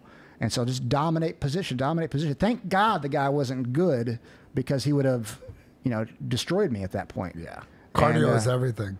And when you're going against someone who's a skilled fighter, he's a warrior, you're in a cage. If you don't have cardio, that's part of the cardio. There's the diet, there's the mentality. Oh, yeah. There's the technique. Yep. And then there's the cardio. That's 4. Yep. That's 4 huge things. That you don't have all 4, you're fucked. And it was a bad feeling. I'll never forget that feeling, because I thought to myself, you just feel like I couldn't hold my arms up, dominate position, good technique, breathe. I started out with the Hickson School, so it was very much, basics, but then breathing in between and lots of pressure and technique. And I just kind of relied on that thing to win that fight. But Brazilian Jiu-Jitsu technique, it works. Especially if you're going against somebody that doesn't know what you're doing, there's no way. There's really no way to stop a rear naked choke. If you get a rear naked choke locked in, I don't care who you are, I'm going to choke you out. Like, I don't care. Like, you're done every single time. And that's the power of, good technique. The technique in that fight was against a big guy, rear naked choke. I knew the technique. It was taking longer, but I just believed. I know my technique.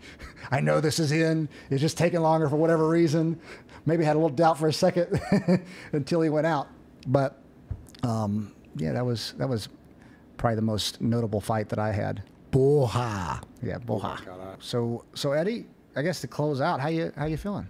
Yeah, I feel great, man. I came down a mess.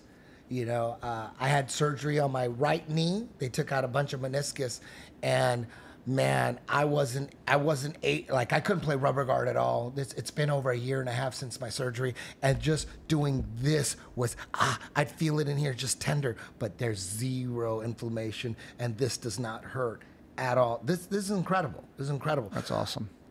I wasn't playing. I don't play rubber guard with this leg anyways, so it was just my it wasn't that important, but I wasn't able to bring this hurt like this. Now, man, it's not inflamed. And then this knee, my rubber guard knee, blew up. It was inflamed, and I couldn't squeeze any kind of compression like this. What hurt, I couldn't squat, like sit down and squat, like on, you know what I mean? Like you're all the way to the ground without the pain. There's something happened to it. It just got inflamed. I'm sure nothing tore, but it was like a severe sprain. And within 2 days before the stem cells, because we did the stem cells on day 3. So before the stem cells, inflammation was gone based on the hyperbaric chamber we did. We did ozone therapy. We did, some Gerson, a light Gerson. And then we did the NADH plus or whatever that thing is.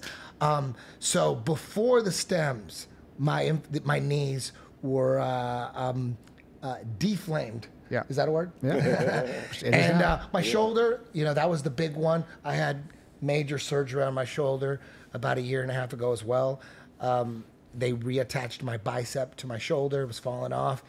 It feels good. I don't know if it's ever going to be 100%.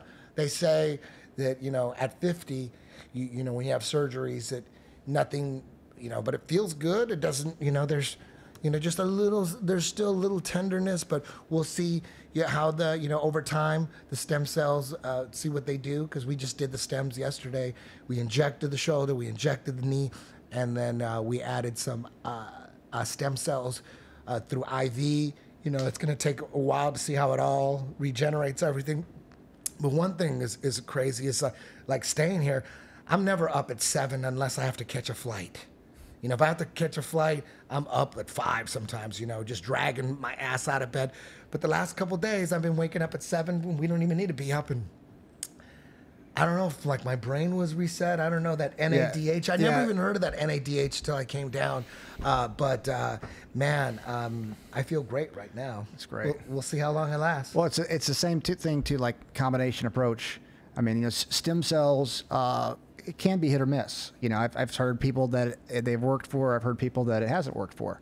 But that's not just what we're doing. We're adding other things, combination approach. And yeah, I mean, I obviously. And that PEMF. Pulse electromagnetic field machine. Yeah. The PEMF 120. I love that thing. That's what's kind of funny about all this stuff. Scott and I have been, a lot of it, we've been getting it for our injuries and for our own bodies.